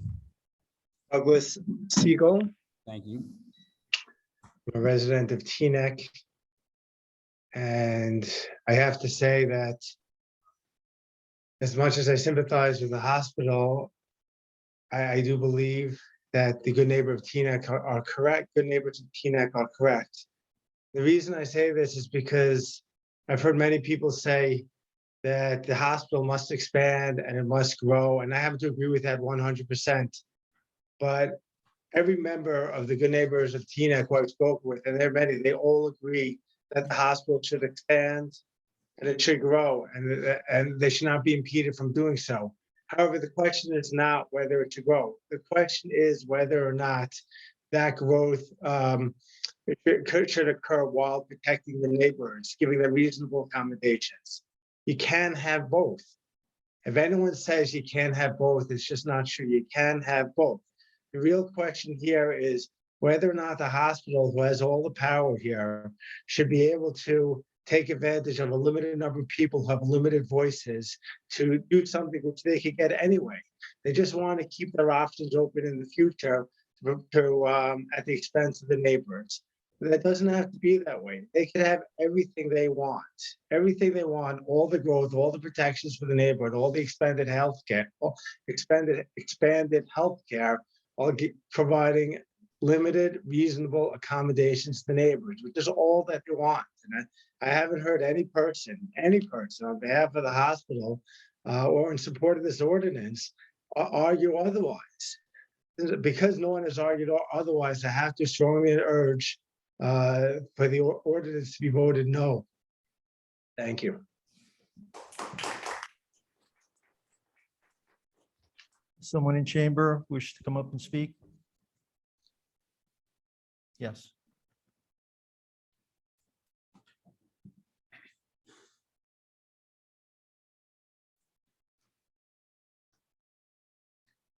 Hi, my name is Linda Duran, and I live at 728 Glenwood Avenue. I've been a lifetime resident for 62 years, and I work at Holy Name Medical Center for 46 years. I think that you should definitely say yes to this expansion. Holy Name has been to the community everything. When COVID was happening, my office was at 88 Chadwick, and I was the only person in my office working at the time, and I cannot begin to tell you how many people I met in the community that was donating to Holy Name because things were so bad. I cried every single day. I met so many people that told me their life stories. People lost people. They just wanted to give back to the hospital just for being there. And Holy Name, I was born at Holy Name. My whole family was born at Holy Name. My son was going to be 30 years old, was born at Holy Name. Holy Name has been there for the community, and they've never turned anybody down for any reason. Holy Name was there before all of these people in the room ever lived in Teaneck, and they moved next to a hospital. So please vote yes for the expansion. It means everything to the community of Teaneck. And God forbid any of these people who are looking for everyone to say no, and they need something, and they go to the emergency room, nobody would ever turn them down. So please vote yes for Holy Name. And I appreciate you listening to me. Thank you.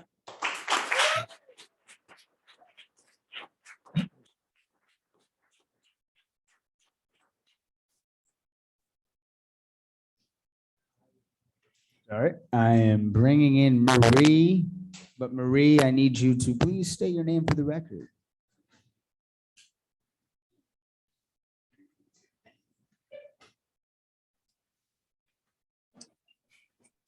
Hi, my name is Marie Bertu.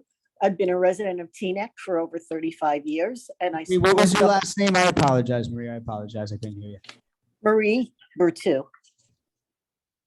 right, thank you. I've been a resident of Teaneck for over 35 years, and I support the Holy Name expansion plan. Yes, I am also an employee of Holy Name, but I've been a patient of Holy Name longer than I've been an employee, so I can speak from experience as a resident of Teaneck as well. Allowing Holy Name to expand will provide the community with a state-of-the-art medical facility that can treat any condition or handle any emergency right here in Teaneck. I believe that my family and all residents deserve to benefit from such a facility. And I have confidence that Holy Name will also be a good neighbor and respect the properties that surround the hospital. The community has much to gain from this expansion, and I believe that you have the trust in Holy Name and its employees to vote yes. Thank you.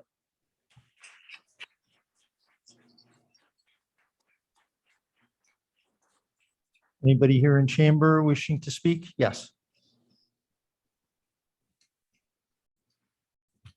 Hi, how are you? My name is Nick Del Chapio. I own Amarone Restaurant.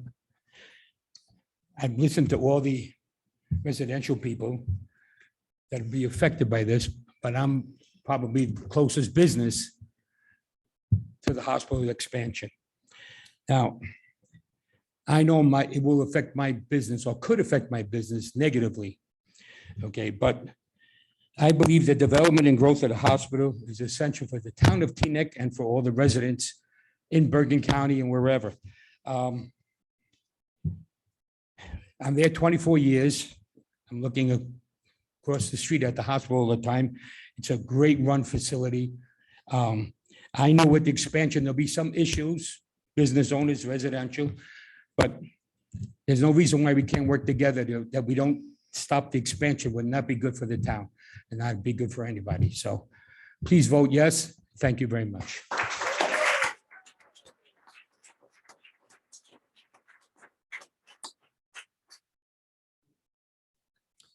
I am bringing in Arthur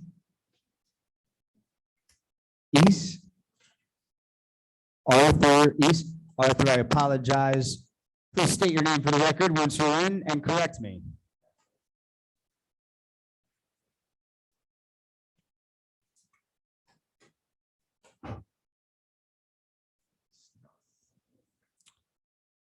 Arthur, whenever you are ready, you are free to unmute and correct your town clerk.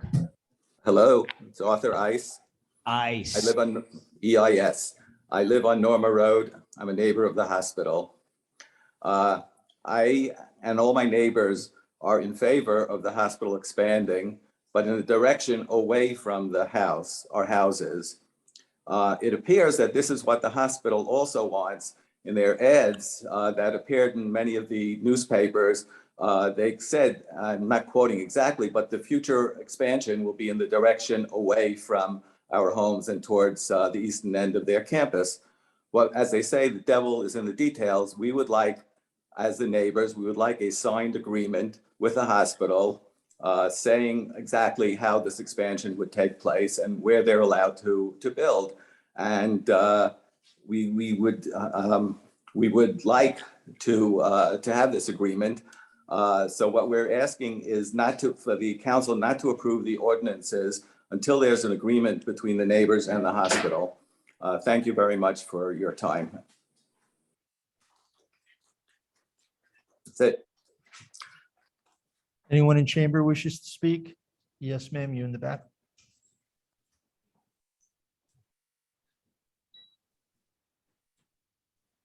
Hello, my name is Joan Johnson. Yes, I've been listening to everyone and listening to all of these stories. I sit there and I wonder, living in a big, gorgeous house, and when you check it out, oh, your health is down. There's no hospital to support you. How are you going to manage when you don't have that health? I believe Holy Name is a wonderful hospital, and everyone in here should support it because your health come first. Your health come first. Vote yes to Holy Name.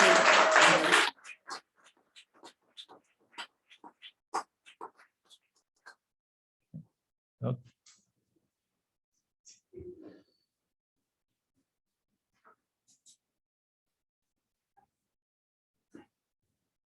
I'm bringing in HV.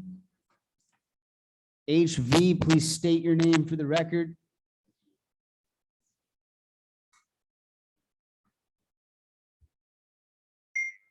Can you hear me? Yes, I could hear you. Please state your name for the record. Hi, my name is Hilda Ventimiglia. I am a resident of Teaneck since 1974. You broke up a little bit, my friend. May you repeat that? Sure. My name is Hilda Ventimiglia. I'm a resident of Teaneck since 1974, a taxpayer, and also an employee of Holy Name. I ask you to vote yes so that we can continue to expand our services to the special community of Teaneck. We have been doing this since 1925. Thank you.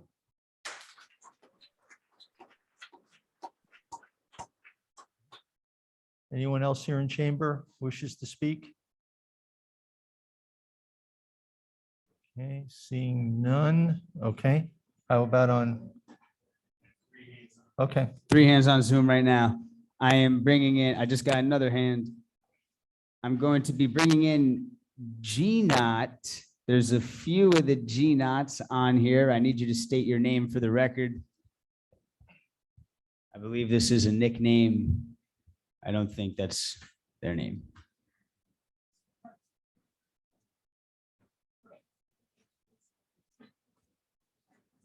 Okay. Please state your name for the record. Whenever you're ready.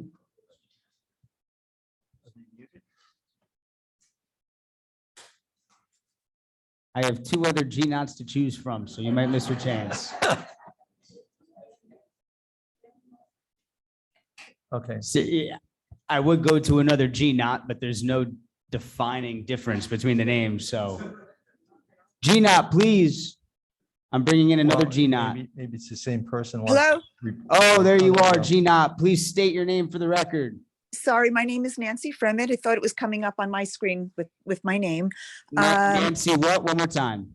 Fremid, F-R-E-M-E-D. I am Thank you, a thank you. 35-year employee and resident of Teaneck. I know most of the people and have worked with most of the people that have stood up or either on Zoom or at your podium. I worked 9/11 at Holy Name. I've been through COVID at Holy Name, and I agree Holy Name gives excellent care. However, the residents that have stood up are not in distance of the hospital. And what I ask you is that none of the people that are asking you to vote no tonight are in any way disagreeing that Holy Name needs to expand, should expand, and completely support expansion. They are simply asking for accommodations and recognition that you protect the properties around the hospital. And it is not at all in anybody's statements opposing expansion of the hospital. It's a great hospital. I worked 24/7 during COVID. I worked during 9/11. I did everything for that hospital. They give great care. And every one of those people that stood up tonight also gives great service to the hospital. However, the hospital has an obligation to the residents, and the town has an even greater obligation to the residents. So vote no tonight and come back with a plan that allows the hospital to expand and protects your residents. Thank you.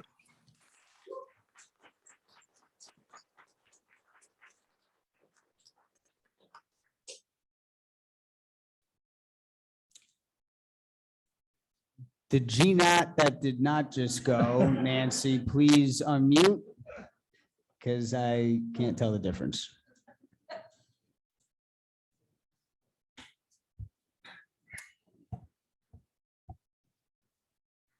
Bringing in Phyllis while GNAT figures that out.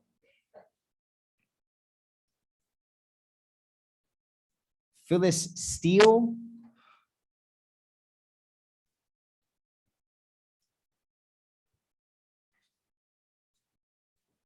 Phyllis Steele. Please unmute. Okay, I think I've got it There you now. go. All right. All right, Phyllis, thank you. You have 3 minutes. Yes, good evening. I am a resident of Teaneck for 43 years with my husband. We live on Vanderlinde Avenue, directly across from the old nursing residence, which is now the daycare. When we moved here 43 years ago, I have to say, there were beautiful trees on the hospital side of the street. We couldn't barely see the building. Now, over the course of the last 5 to 7 years, they've been cutting down trees.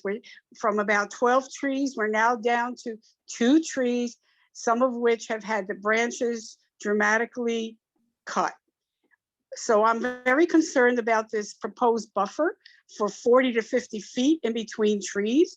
What would that give me? 1 tree at the top of the street, maybe another tree in the middle, and maybe 2 more before you hit Teaneck Road. That really is not enough of a buffer. And I think that that should be taken into consideration for the people on Vanderlinde Avenue. Also, I agree with Mr. Dagenholtz, who spoke earlier about the setback. The setback should be kept at the footprint of the current building, not reduced to half, to 40 feet off of the roadway.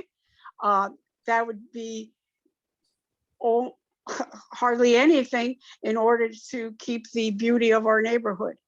I'm also concerned because for the past year and a half or so, and certainly for the last about month now, there've been 2 cargo containers parked in the old tennis court of the hospital, and they're just sitting there again. At one point, they had like 12 cargo containers sitting there. I don't think that's being a really good neighbor to our neighborhood, for the hospital to be storing all these containers in what was a tennis court, which is now another parking lot for them. So I do hope that an agreement can be reached where the residents on Vanderlinde Avenue can have some of these concerns addressed and compromised. Thank you very much.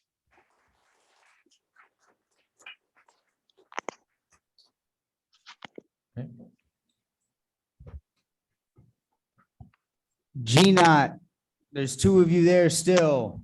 The person that did not speak, I believe that Nancy spoke. The person that did not speak, please unmute yourself. I got some feedback there. Turn the speaker off that you're listening from. And then try. Hello. Can you hear me? Loud and clear. Please state your name for the record. Great. My name is Meryl Mark. I am a 50-year resident of Teaneck, and I'm also a physician. I understand very well the importance of proximity to very high-quality healthcare, because time is of the essence when there's an emergency. And I believe that Holy Name should expand, upgrade, and modernize. It's due, and it's a good thing for the town, and it's a good thing for the neighborhood. What I am concerned about is that the hospital seems to be unable to make a commitment and sign with the neighbors to protect the residential quality of the neighborhood. The expansion should be in zones 3 and 4, not in subzones 1 and 2. And the hospital needs to make a commitment to protect the residential quality of the neighborhood. Until the details are worked out, the council has a responsibility to the residents of Teaneck to vote no. Thank you very much.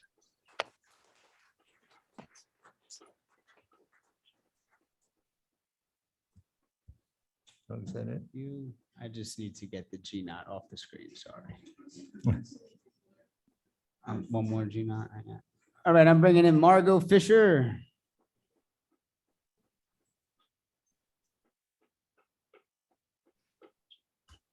Margot Fisher, whenever you are ready, you are free to unmute. Hi, can you hear me? Record, yes, loud and clear. Okay, I want to reference something that Paula Rogovin pointed out earlier, that this should not be a referendum on whether Holy Name is a good hospital or not. The kind of care they give and so on. But I will say that there's one thing that they have clearly done extremely well, which is to turn this into a referendum on whether or not the hospital should expand. And I think that there is agreement on both sides that expansion of the hospital is a good thing. But as the residents keep pointing out, they are not being protected in this particular ordinance. So it's not voting yes or no on expansion. It's voting yes or no on protecting the residents when the inevitable and needed expansion happens. And another speaker pointed out that probably what will likely happen with Holy Name is that it will be taken over by a large hospital system. At which point, if there are no protections in place, the wonderful neighbor that Holy Name has been to people in Teaneck will no longer exist. And the first, or one of the earliest speakers, pointed out that she has to look at the bright lights. She supports the expansion and wanted the council to vote yes on this ordinance. But she then went and pointed out that she has to look at bright neon lights from the hotels. So she is suffering from another very bad decision that was made decades ago. And that ironically, a councilman is getting huge tens of thousands of dollars, literally in campaign donations from the Sanzeri family that was the beneficiary and the developer for that project. So it's important to take the long view, to understand what the consequences of this are. And again, to reinforce that nobody is saying that the hospital should not expand. They are simply saying that protections for the residential character of the neighborhood need to be given in writing, not a handshake, not an informal letter, not a promise. Heed what the planner Price said. Teaneck holds all of the cards in this, and the council should be negotiating a strong ordinance that protects the residents. So I ask the council, please vote no on this ordinance and go back to the drawing board and do it properly. Thank you.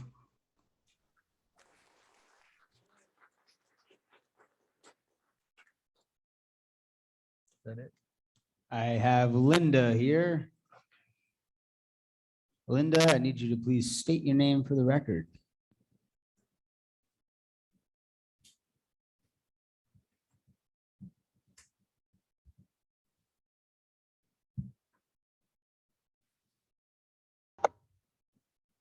My name is Linda Lawson. I'm a resident of Teaneck, and I'm for 43 years, and I'm an employee of Holy Name.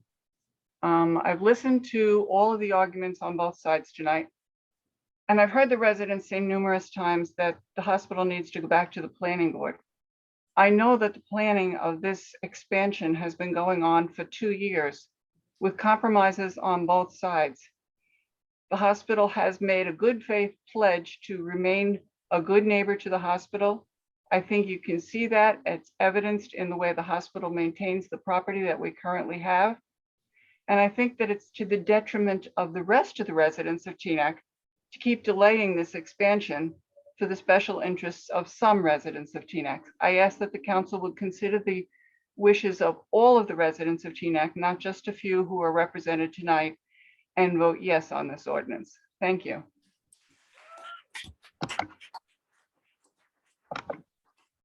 At this time, I see no other hands in Zoom. All right, then we will close the public hearing on these two ordinances. And I will.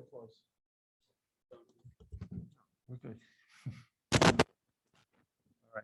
All right. And I'll ask council if they have any comments.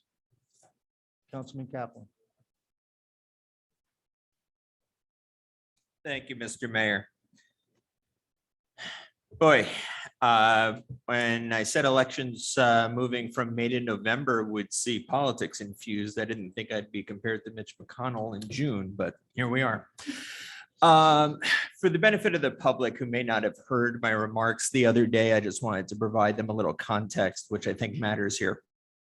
I had said regarding a separate hearing, one regarding the superintendent search, that a group that gave the superintendent a 5-year contract before trying to get rid of him not once, but twice, and is now on the hook for hundreds of thousands of dollars in payments to the outgoing head of the district, maybe, just maybe, the level of dysfunction should be considered before they granted a multi-year contract a month before a new majority was voted into office. Council, as opposed to the Board of Ed, creates ordinances. Ordinances are not the same as employee contracts. If we vote on this tonight and it passes, we can undo it at our next meeting. And so can anyone sitting here. The people coming here trying to obfuscate and confuse know this. But our electorate understands the score. We have a pretty intelligent populace here in Teaneck. So let's talk about things in a better way. Let's elevate our conversation instead of tracking in. What'd you call me, Ms. Goldberg? Mitch Kaplan? Look, we're not in grade school. One day you might sit here, and let me tell you something from a couple years sitting in this chair.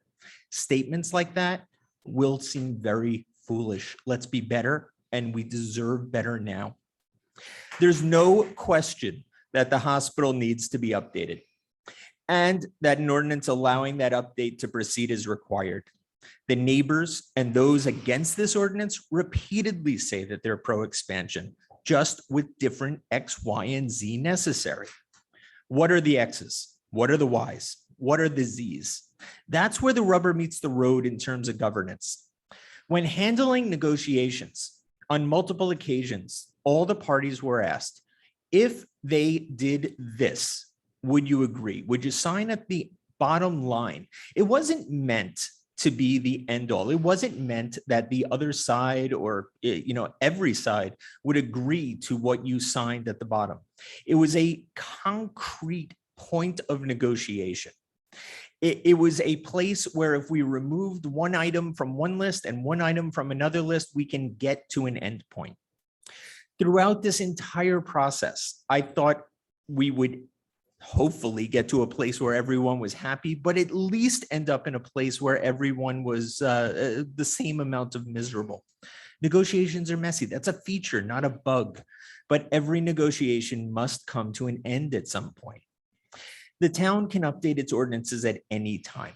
And while I won't speak to the pending litigation regarding several of these actions, I want to say to anyone who is not happy at the end of this hearing that we are still here, that we can still amend, and that we can do what is in the best interest of Teaneck, which is what we are put here to do.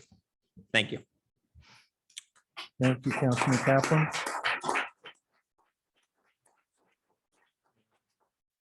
Councilmember Rice. I think we can all agree that everyone appreciates and values Holy Name Hospital. I think it'd be hard pressed to find anyone in our community that doesn't support the hospital and their need to expand and to do even greater good. And for quite some time, it's been noted that 2 years that we were in conversations and negotiations with the neighbors who were most impacted by the expansion.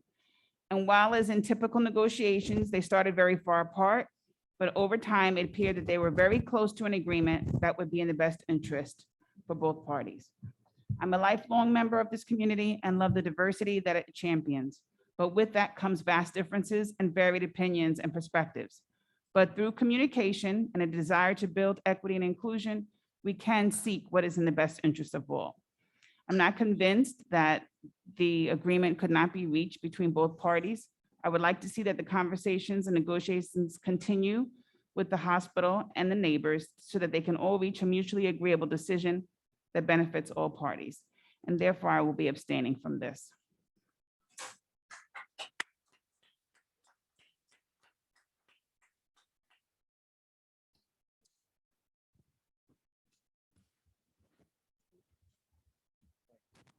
Thank you, Mayor. I just wanted to say that I am going to support both ordinances and am ready to vote.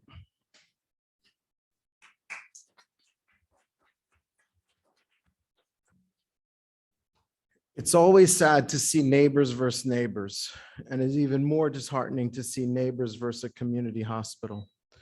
Members of the zoning subcommittee and this council spent over 2 years working with the hospital and the neighbors to address concerns that were raised. We have a responsibility to do what's best for all of Teaneck. Giving Holy Name the ability to continue to be a world-class hospital for the next 50 years is best for all of Teaneck. We see all over the country hospitals closing and or consolidating. We saw it here in Bergen County. Having a hospital 3 minutes from every corner of Teaneck is not a luxury. It is a necessity when it comes to saving lives. This ordinance is good for the neighbors, good for the hospital employees, good for the hospital, and good for all of Teaneck. This ordinance will shift the majority of the future needs of the hospital to the front of Cedar Lane and Teaneck Road, will provide the ability and flexibility to Holy Name Hospital to continue to be a world-class hospital, will give parking to their employees so that they reduce or eliminate the need for employees to shuttle 3 miles back and forth before and after a long shift of work, take cars off of the surrounding roads, create additional buffers and setbacks, and create one main entrance to the hospital with emergency vehicles having an in-only gate on Vandalinda and not two-way traffic. So my friends, the Dagenholtzes, can get a reduced amount of vehicles going up and down Vandalinda. And yes, as I mentioned last time, I will support closing the access doors as well so it doesn't become an easy drop-off on Vandalinda. There's so much more that if you've not read this ordinance or the settlement offered by the hospital that was accepted, that was not accepted by the residents, I ask you to read it. Be informed. Regardless of the vote tonight or the lawsuits by the residents, this council will continue to make every effort during the expansion process to protect the hospitals and the neighbors. On a side note, I would like to take the opportunity to thank all of the Holy Name employees that are here for your tireless dedication to our Teaneck residents during COVID. And yes, I will be voting tonight, yes, for the hospital.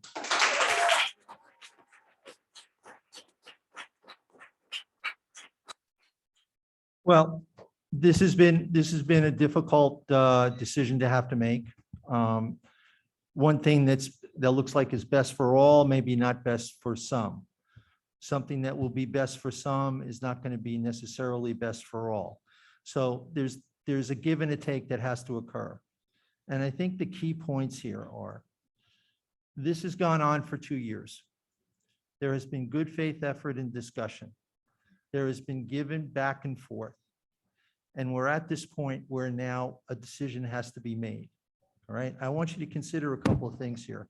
A number of years ago, the state did a study on beds, hospital beds. And they found that Bergen County was the most overbedded county in the state of New Jersey. It's probably sitting somewhere in the neighborhood of over 600 beds. I know this because I'm in the healthcare industry. For those who don't know it, I'm a director of rehab medicine at a hospital down in Elizabeth, who was just bought by Robert Wood Johnson Barnabas. So I have a pretty good understanding of how that works as well, and how important it is that the person, the facility that's getting bought has to be in as strong a financial position and has to be as large and expansive as it possibly can be in order to make the best possible deal, not only for themselves from a business standpoint, but from their community. Because I know in my community where I am down in Elizabeth, we're serving a 20% indigent population of charity care patients, and we have to survive or nobody gets the care. Now, what's going on here in Bergen County is similar. And the fact that we've already closed the hospital, now it reopened, okay, as a boutique hospital up in Pascack under Hackensack, but it closed. It closed because we're overbedded. We're still overbedded.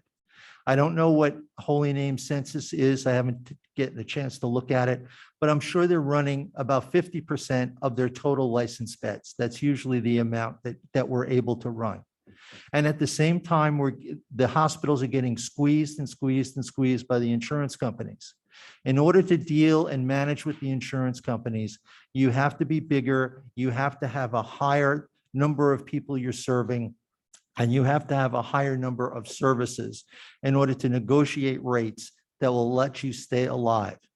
Margins of 1% or 0.5% or 2% doesn't take care of it, doesn't expand services, doesn't give raises to workers, and doesn't help the people we're trying to help save.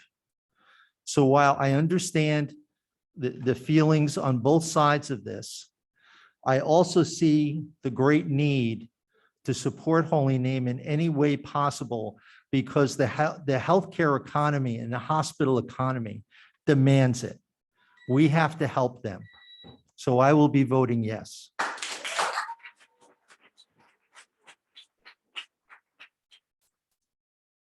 All right, so I'll entertain a motion to approve ordinance number 22-2022 and 23-2022.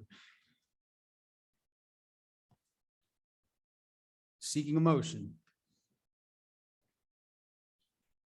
I've been asked for a point of personal privilege, and I'm going to call for a 5-minute recess.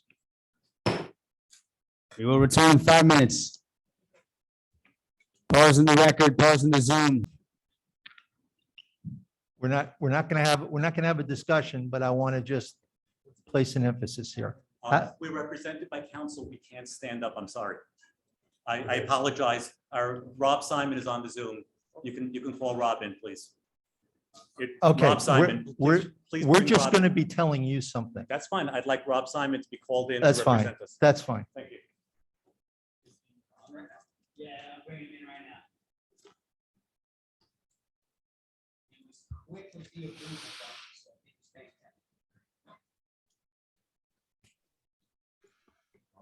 Is he on? Yeah, that's it. He's up to the top bars. Okay, And you can just- hear me? Give me a thumbs up that you can hear me on the Zoom there. Okay, all right. And for the record, my name is Wendy Berger. Thank you, Wendy. Okay. Here's what we want. What we want from the hospital and from the good neighbors is a commitment, a strong commitment, that you will continue to talk to each other and try and come to some agreements on some of these issues as we move forward. I want that commitment from both of you. Yes, Do I have the commitment from the neighbors? Absolutely, with the proviso that what is the disposition of this ordinance or ordinances? No. The vote is coming up. Well, But if, I if, need, no, I'm sorry, sir. I got a commitment from the hospital. What I want is a commitment from both parties. Now, you've been going at it for 2 years. And every time we think we have an agreement, we don't have an agreement. We do have an agreement. We have a partial agreement. We have an agreement in principle. We have this part's agreed to, this part's not.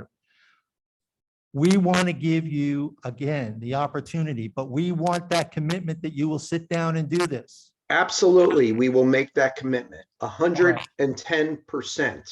All right, so we have a commitment on the part of the hospital to continue to discuss these items, and we have a commitment on the part of the good neighbors to continue the discussion to try and get some of these other things hammered out. Correct. Agreement? Yes. Okay, Yes. thank you. All right.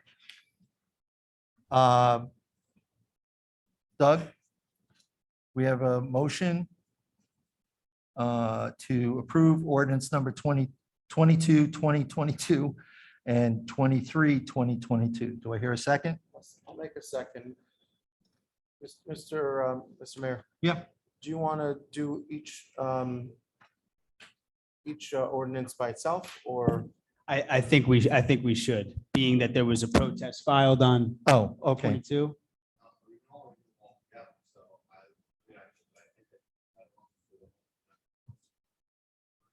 All right. That's how we normally do it. Okay. All right, let's call the roll.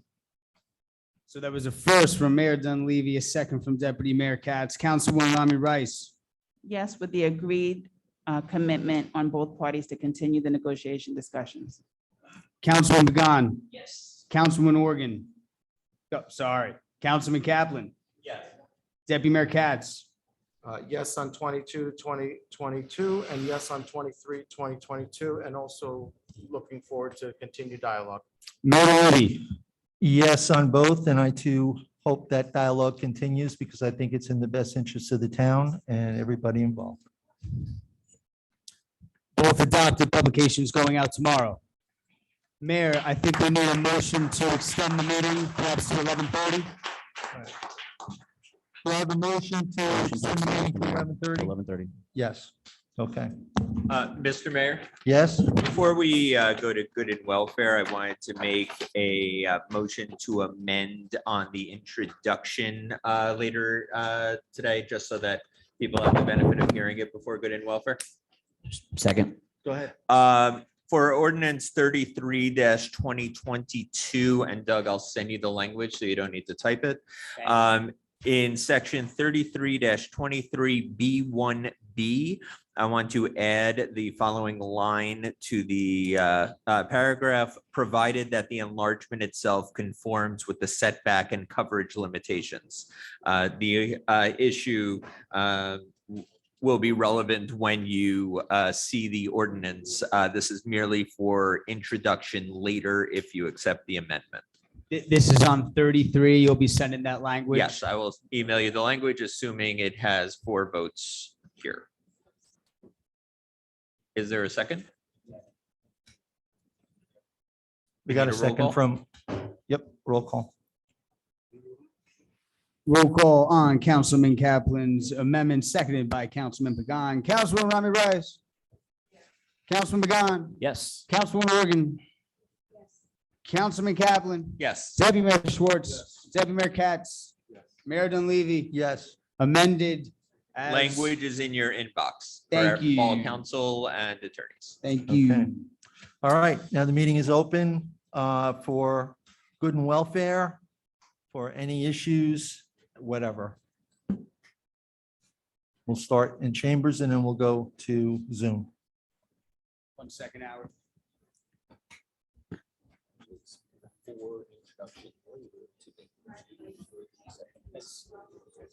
Yes. I just want to wait for that.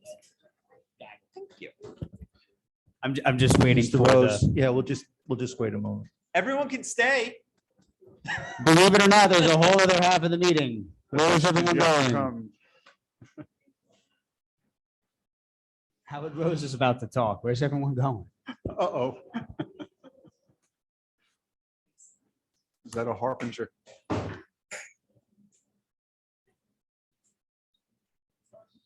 Okay, we ready to go?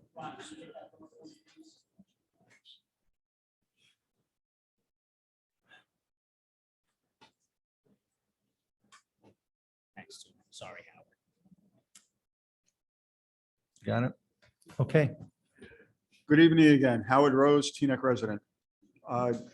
This past week, we had a debacle handed down by the Supreme Court, and there was a rally held at the Municipal Green that evening. One of our councilmen, Mark, was there. There may have been others as well. One thing that was remarkable about the people who came out that evening, there were many, but what was remarkable was the age of the people who were there. Now, maybe because of my age, I look at them all as being a lot younger, but I think the reality was it was a young group. It was a focused group of people. They were there with a purpose. They were there with a passion.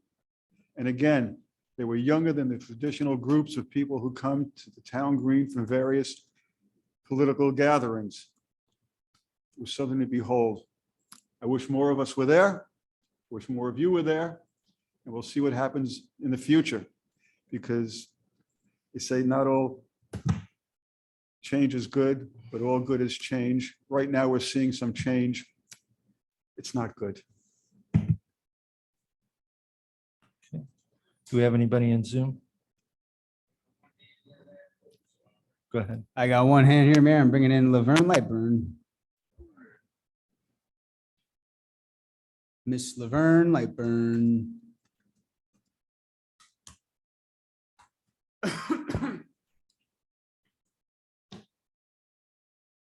Whenever you're ready, Laverne, please state your name for the record. Hello, Laverne Lightburn. How are you? Great, 3 minutes, miss. Long meeting. Okay, the reason I'm calling is I wanted to put on record about Anna Street. We had trespassing. The street, I have been dealing with Dean on, the street is dark. The neighbors are very frightened because we had, the house was, the property was trespassed and 6 or 7 bikes were left on my parents' property without, and we had to call the police. So at this point, we found stolen bikes, one particularly that was stolen on from one of the neighbors 6 months ago. So I'm calling to ask to get a temporary fix for the pole, one of the poles that we really need that lights up the block. I understand why it isn't being done right now because but we cannot wait for PSE&G to give us this the LED light fix. So we wanted to try to get something temporarily put in there to light up that block, as opposed to having people having to call the cops to walk them home at night and things like that. Can you hear me, Doug? Okay. All right. So I have been speaking to Dean. Dean mentioned for me to possibly call the community police, but I was under the impression there's only one there. I'm not sure. The bottom line is I need help. And I know he's helping me, but I need to put it on record. Second thing is I have spoken to you all about the Loretta Weinberg Park. I know the committee was supposed to get together. I would like some kind of status so I know what to tell people. I feel like I've been giving you all time to at least let me know yay or nay. And then the third thing is we had a meeting last night in the Northeast to deal with the 1425 Teaneck Road. It was well attended for the most part for that block. And it was, you know, we got a lot of answers, but one of the things that I wanted Swartz to clarify for me, and because I heard other people with this question, it it is, from my understanding, it is a senior residence home. It is not a assisted home living. And we need to let. Laverne, your time is up. Thank you. Y'all gotta extend this. Bye. Anybody here in chamber, sir?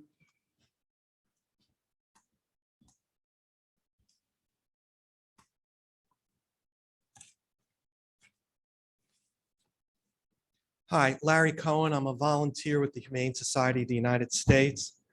When I helped you in the summer of 2018 to pass an ordinance preventing pet stores from selling puppies, I thought you understood its importance in both fighting back against Midwest puppy mills that supply New Jersey stores and in letting your constituents know that Teaneck wanted no part in enabling such cruelty.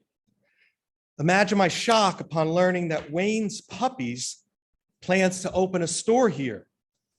One, according to the State Department of Health, based on this announcement, that plans to sell puppies. Here's a little background on Wayne's Puppies. State law requires that puppy-selling pet stores submit a list of their breeders annually. Before 2017, when a new federal administration eliminated the ability to check inspection reports of those breeders by purging them from public databases, here's a sampling of comments from inspection reports of breeders used by Wayne's Puppies. No bedding in outdoor shelters despite temperatures of 30 degrees. There's a buildup of gray material on teeth and gums are reddened. Roots of teeth are exposed. Dogs standing in water in pen. Puppies' feet and legs are falling through mesh flooring. Breeder will not allow access to inspectors. Breeder euthanizes dogs by gunshot at close range to the brain. Unfortunately, we don't know if Wayne's Puppies used the 4+ years when no one could see their breeders' inspection reports to try and improve on the quality of breeders they use. Here's what a typical breeder list looks like for a puppy selling store in New Jersey. Dozens, sometimes hundreds of names. Here's what Wayne's Puppies' most recent breeder list looks like. 6 names, 4 of which are brokers, leaving any breeders that work with the brokers unknown. There are also no quantity of puppies bought or state license numbers, both required by state law. This kind of official breeder list, one that doesn't adhere to state law and poses more questions than answers, should give any town pause. But one as educated as yours, with an ordinance in place for 4 years, it should provoke sirens and red flags. What's happening here suggests a total contradiction to your goals in passing your ordinance in 2018. Do you really want to undo all that good work? If not, please stop the store from opening in violation of your own ordinance.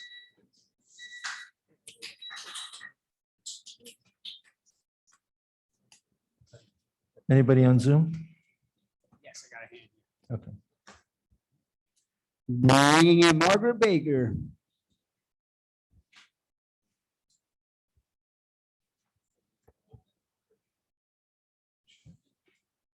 Bringing in Margaret Baker whenever you are ready, Miss Baker.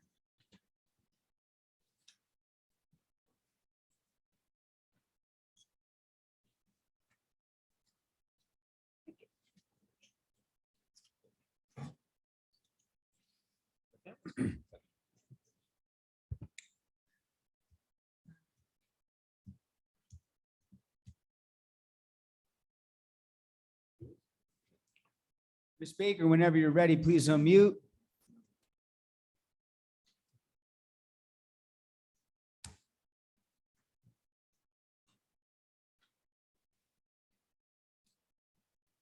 Ms. Baker, whenever you're ready, please unmute.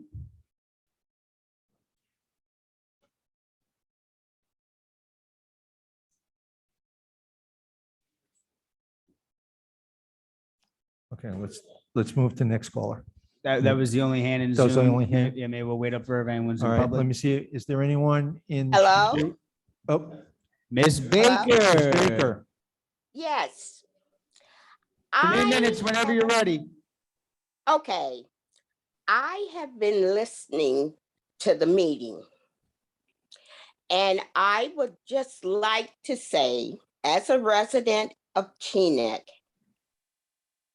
why wasn't I, and also my neighbors, given the same opportunity to hear from the council in regards to the building that you want to put out here on Alfred Avenue? I went to meetings, I expressed my concerns and everything, and I never got a response from the council. I asked questions, I told you what I felt, but it was like I wasn't there. I wasn't speaking. I was nobody. And here you have the good neighbors who more or less are concerned about the height of whatever Holy Name wants to put up in regards to their location. But you can listen there.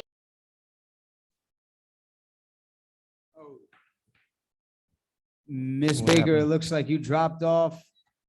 You had a minute and a half left. If you get back on Zoom, we could resume where you were. Mayor, if there's anyone in Okay. public. Anybody here wish to speak? Yes?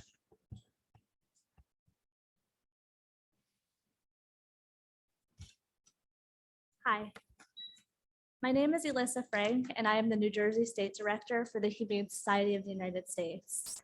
I'm here today to draw your attention to Wayne's Puppy's purported plans to open a puppy selling pet store in Teaneck in violation of a 2018 ordinance prohibiting the sale of puppies in retail pet stores.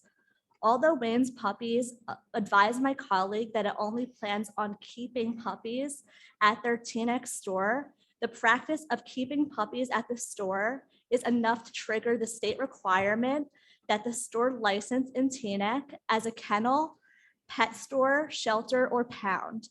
In other words, the Teaneck store must be licensed by the municipality in accordance with the state statute. The municipal licensure requirement imposes a huge administrative burden on township employees with regards to inspections and enforcement.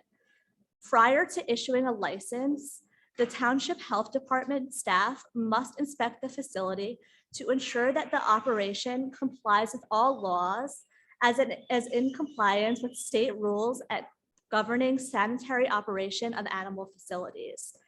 In order to issue a license, the Township Board of Health must consider the following key rules. Animals showing signs of contagious illness must be housed in a separate isolation room with an exhaust fan. Facilities must have a program of disease control and adequate health care program under the supervision and assistance of a vet of record. And each dog in any primary enclosure must be provided a minimum square footage of floor space equal to the mathematical square of the sum of the length of the dog in inches as measured from the tip of the nose to the base of its tail, plus 6 inches expressed in square feet. New Jersey law provides that Township Council has the authority to suspend or revoke a license after the local Board of Health holds a hearing on the issue. Unfortunately, revoking a license is generally an expensive undertaking for a municipality and by extension, its taxpayers. For example, in East Hanover, they spent approximately $90,000 in legal fees alone just to revoke Just Pup's license. Wayne's Puppies has been fined for numerous violations of the Pet Purchase Protection Act, which protects consumers from purchasing unhealthy dogs. I respectfully request that you consider whether Wayne's Puppies deserves to bear your township's good name. Do they serve any long-term or short-term benefit to your township? I request that you think about this tonight. Thank you so much.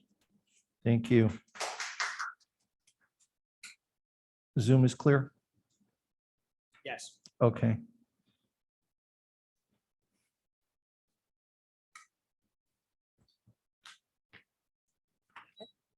Hillary Goldberg, Teaneck. We hear a lot of phrases thrown out.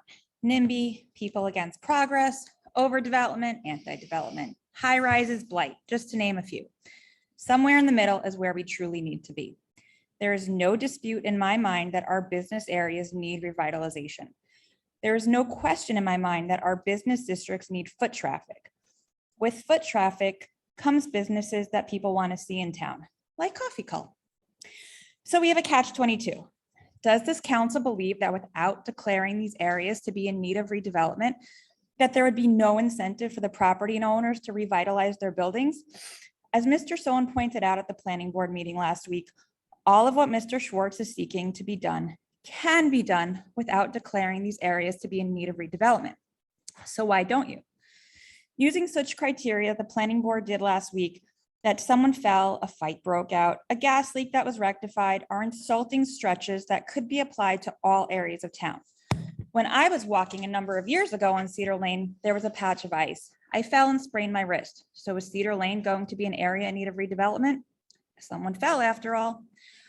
What is the council's issue with conducting a full master plan reevaluation, complete with community input that is actually considered in the final plan and not simply ignored?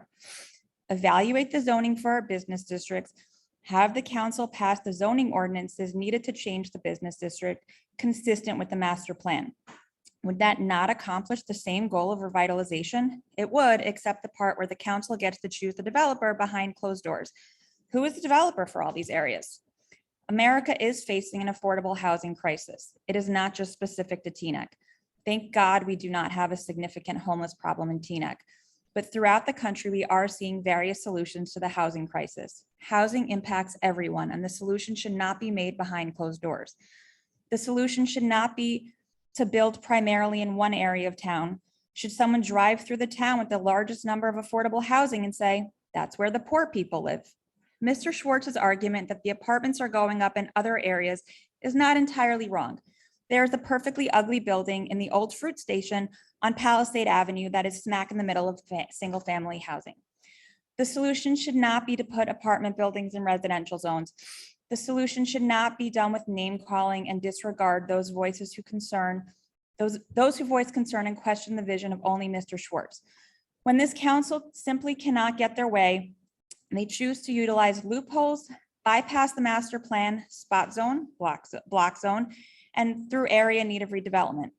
Mr. Schwartz has also commented that he feels Teaneck has failed for years to address their development need. Well, Mr. Schwartz, where have you been for the last 12 years? Thank you.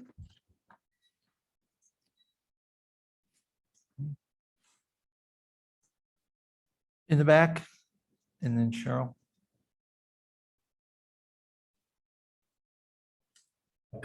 Alan Sohn, Teaneck resident. At the last meeting, a number of residents spoke about the distinct lack of representation of women appointed by council to serve in full voting seats on our two land use boards. Mr. Schwartz, in a clear effort to deceive, rambled on about the membership of statutory boards whose members are appointed by the manager or the mayor, and about appointments to advisory boards. He refused to acknowledge that there is not a single woman serving on either of our land use boards with a full voting seat who was appointed by resolution by the entire council. Keith Kaplan told the public they should watch the televised meetings and they would see Teaneck in all of its diversity. I watched. What I saw is that there is not one of the 15 seats appointed by council via resolution to full voting seats on the two land use boards, the planning board and board of adjustment. Not one of those seats is held by a woman. Zero, zilch, nada. What we have here is institutional sexism. At last Thursday's planning board meeting, an area in need of redevelopment for State Street was discussed.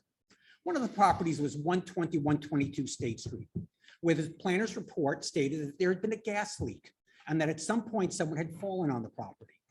Planner Keenan Hughes was asked if the gas leak was continuing or if it was fixed. He didn't know.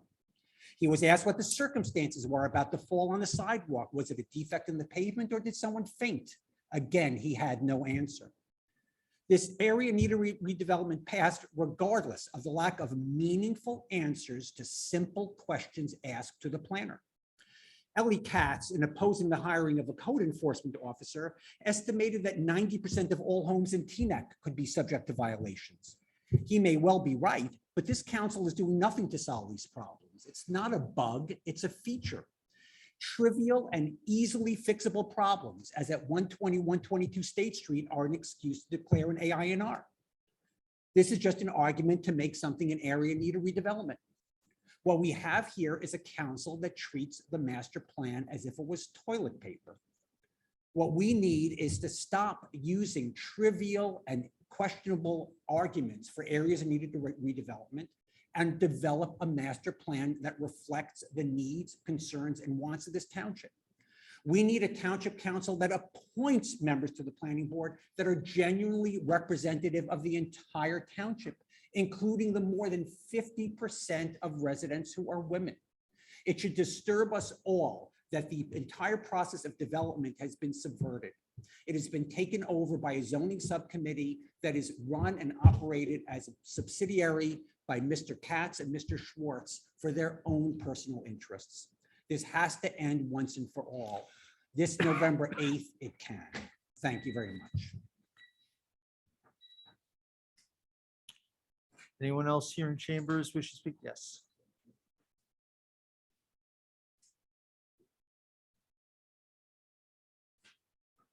Okay. Hello, my name is Cheryl Hall. I'm a lifelong resident here in the township of Teaneck. And I wanted to personally thank on behalf of several different block associations, Dean Krasinski, Mark Schwartz, Javon Romney Rice, and Michael Pagan for coming out last night to a very well attended community meeting regarding the 1425 Teaneck Road development on the corner of Westervelt Place as well. Just to let you know, I did live stream the event. It's public, and we have had 116 views of the video since I walked into the building just now. I'm very thankful. I think a lot of questions were answered, and I have pretty much a good amount of confidence that if problems arise during the construction period, that we can work with Ms. Davis and with Dean and the town regarding those issues.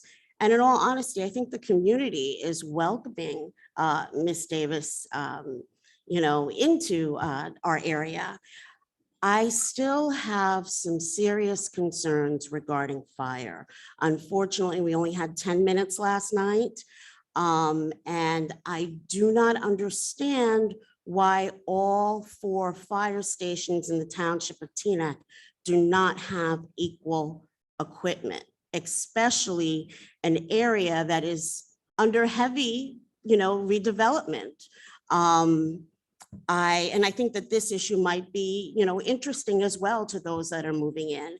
I don't fully understand some of the key terms like quint, and I definitely need to be shown the statistics. I was told that the decision to remove the engine or not have an engine in 1, and I could be totally off, but that's why we need that information.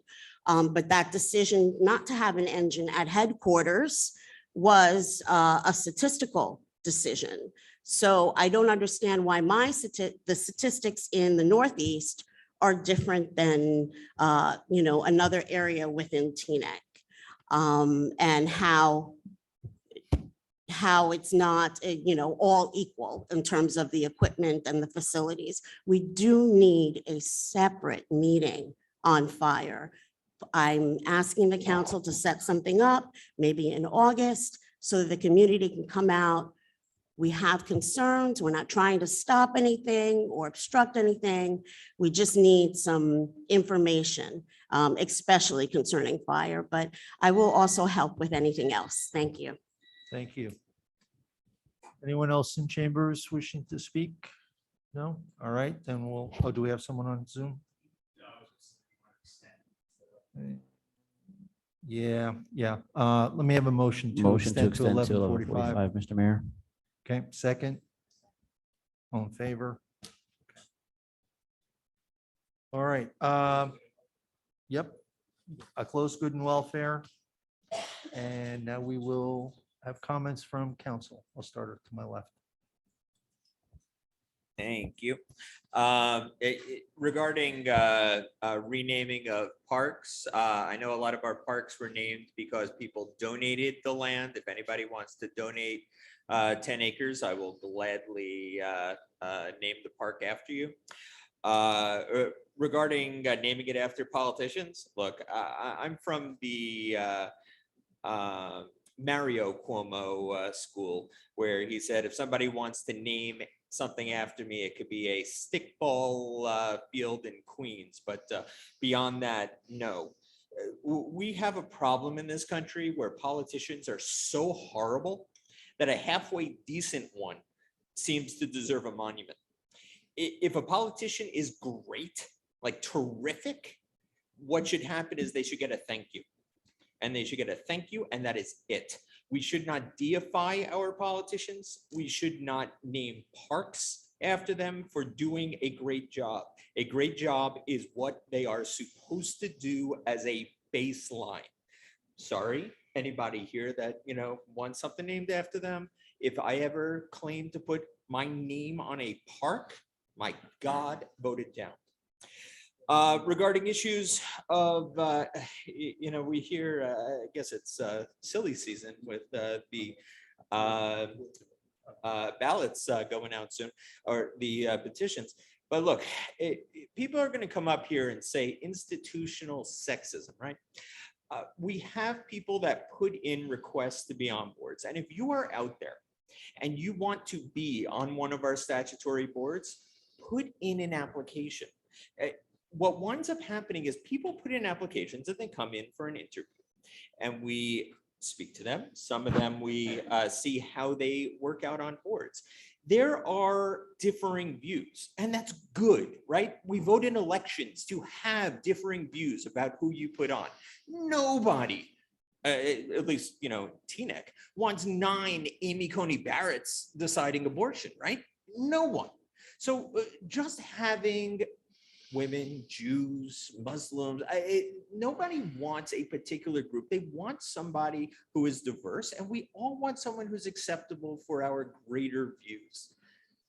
We need people to step up. We need people to volunteer. So if you are out there and you have talents for our boards, please do so. 2 equal candidates and one happens to bring a different level of diversity, that's the person I'm picking. I want diverse boards, and I also want people that are not going to cause problems with neighborhoods when they go and subdivide properties and create water runoff issues. If you want me to vote for someone who has fundamental issues that I can't get behind, that's an issue. Let's talk about process. Thank you. Councilmember Organ. So to Ms. Frank and Mr. Cohen, thank you for staying late into the night with us to let us know about this. I didn't have any idea. And if you could forward your information to us, we'll be in touch. Most of us up here either have dogs or grand dogs, and that's not okay. It sounds horrific. So if you could just forward that to us. Thank you. That's it. Okay. Councilmember Rice. Yes, I want to concur with Karen. I didn't know anything about a puppy store opening up. I would be very interested to find out where they're opening, and would like to continue to support our ordinance that we already do have in place. And, to the points that you are making, since we don't have a code enforcement officer, it seems like it would be a huge burden on the health department in terms of inspections and things like that. Cheryl, thank you again for convening the meeting that we had last night. And I think that your concerns about the equipment at headquarters was clearly stated, not at one in addition to that first meeting that we had about the fire department, but it was also mentioned last night. And I also noted that they said that the decision to not have the engine was based upon statistics and mileage. And I'm sure yourself and other residents would be interested in being aware of that information so that it's made public, so everyone understands how that decision was made, and just so that everyone can feel safe, especially since there's a lot of continued construction and development in that area. State Street is going to be fully developed, as it's being, I'm sure it's going to be coming down the pike, and that area is going to continue to be further and further dense. And I think that the community deserves to understand and realize. I think Dean has already assured us that we're safe, but I think having the data and the information is very helpful. And then just in closing, and I did ask for a public agreement between the neighbors and the hospital to continue negotiation and conversations. And I'm very sure that the community is going to be very closely watching what happens and what takes place, and to see that there is a continued conversation, because everyone agrees that the hospital is of absolute benefit to the community. But we also want to find out how we can find a mutually agreeable situation with both parties, and see everyone on the 4th of July. Councilman Pagan. Thank you, Mr. Mayor. I will be brief due to the hour. The Shade Tree Advisory Board planted a tree in Terhune Park last week in honor of Kevin Arahill, who recently retired as our long-term DPW director. And I would like to thank the members of the Shade Tree Advisory Board and township staff for helping make that happen. Also, thank you to all the residents who came out to the Rhoda Center last night to discuss 1425 Teaneck Road, and many thanks to our police chief, our fire chief, and township staff for also participating, and to Cheryl Hall for helping to organize that meeting. As for comments from the Humane Society, Mr. Manager, can you please give us an update on that legislation when you get a chance? And thank you, Mr. Manager, and thank you, Mr. Mayor. Go ahead. A lot of attention on me tonight. You thought I was up for re-election or something, but no, I'm here for at least 30 more months. And what we're going to do over the 30 months is continue to get work done. The comment about me, I guess, when it's a good comment when someone stays to listen to the response, but if they leave, they must not really care to hear it. We'll go through the questions. Miss Lightburn, 1425 is not a home like a nursing home. It's a traditional apartment building, 39 units, 1 superintendent unit with a dedicated to senior citizen affordable housing on a lottery basis. The first floor commercial is going to be a senior center as a drop-in. It's not a assisted living center, though a very good question. To the comment about State Street, and it was discussed about a gas leak. Our planner had an excellent report with pictures going through the deficiencies, building by building, lot by lot. The gas leak was in a windshield wiper repair shop where there was a gas leak that happened to be right behind an apartment building I actually used to live in 20 years ago. He was going through the deficiencies, going through the zoning violations, and that was a report on that building amongst many other items such as broken sidewalks that people trip on. While true, a broken sidewalk in front of a house on Queen Anne Road may not be an issue, but a continuous broken sidewalk on State Street contributes to an area in need of redevelopment. We used to get called out on spot zoning. Now we're getting called out on block zoning. Hackensack and Englewood have put up close to 10,000 units either put up or in the works via area needs of redevelopment and redevelopment zones. And after years, Teaneck is finally doing the same. To the comment of where have I been for 12 years, I'm pleased to announce that this coming Thursday, I will complete my 10th year on this council. Beginning in 2015, which was after my 3rd year on the council, we began talking with Avalon, then 1500 Teaneck Road. And over the last 7 years, we've had a really good track record of catching up to decades and decades of lack of buildings, of units, and turning over a decades-old apartment building. So I'm happy that we're making some progress. And thank you very much.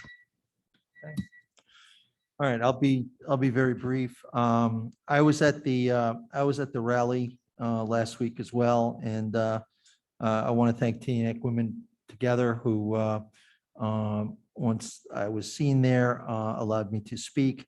I too am very unhappy. This is not a great time for people who like freedom and like choice. But we have to stay vigilant, and we have to find a way to get through this. As I said that afternoon, The first 50 years was just a skirmish. It's time for now to fight the next war. So we're going to be there. And I think we will prevail. I wish I knew when, but we will prevail. And I want to give everybody hope in that regard. And I too, am concerned about these puppy mills. And so, Dean, I'll give you a call tomorrow. You want to say something? Go ahead. Yes, just quickly, a couple days ago, I learned of this. We told the CO. The CO specifically states that no sale of dogs or cats is allowed according to our code. I met with the health officer this morning. I met with the construction official this morning. We caucused to discuss just to make sure that there is compliance. I emailed our attorney as well this morning. We're going to craft a letter just to make sure that Wayne Puppies is aware of our code, to remind them, and that any sale of any animal is strictly prohibited in the township. So we're on that. And the other thing, after the meeting last night, I met with Laverne and a few others. I'm pushing PSE&G very hard to get that light repaired at the dead end of Anna Street, to consider it a public safety need. I'm hopeful that'll get done fairly quickly. I also, last night after the meeting, reached out to the police chief because there were concerns about the area by G&G loitering. He's aware of that, but also Anna Street, community policing will get involved with the issues there to address them so the residents feel safe. Okay, great. Thank you. Go ahead.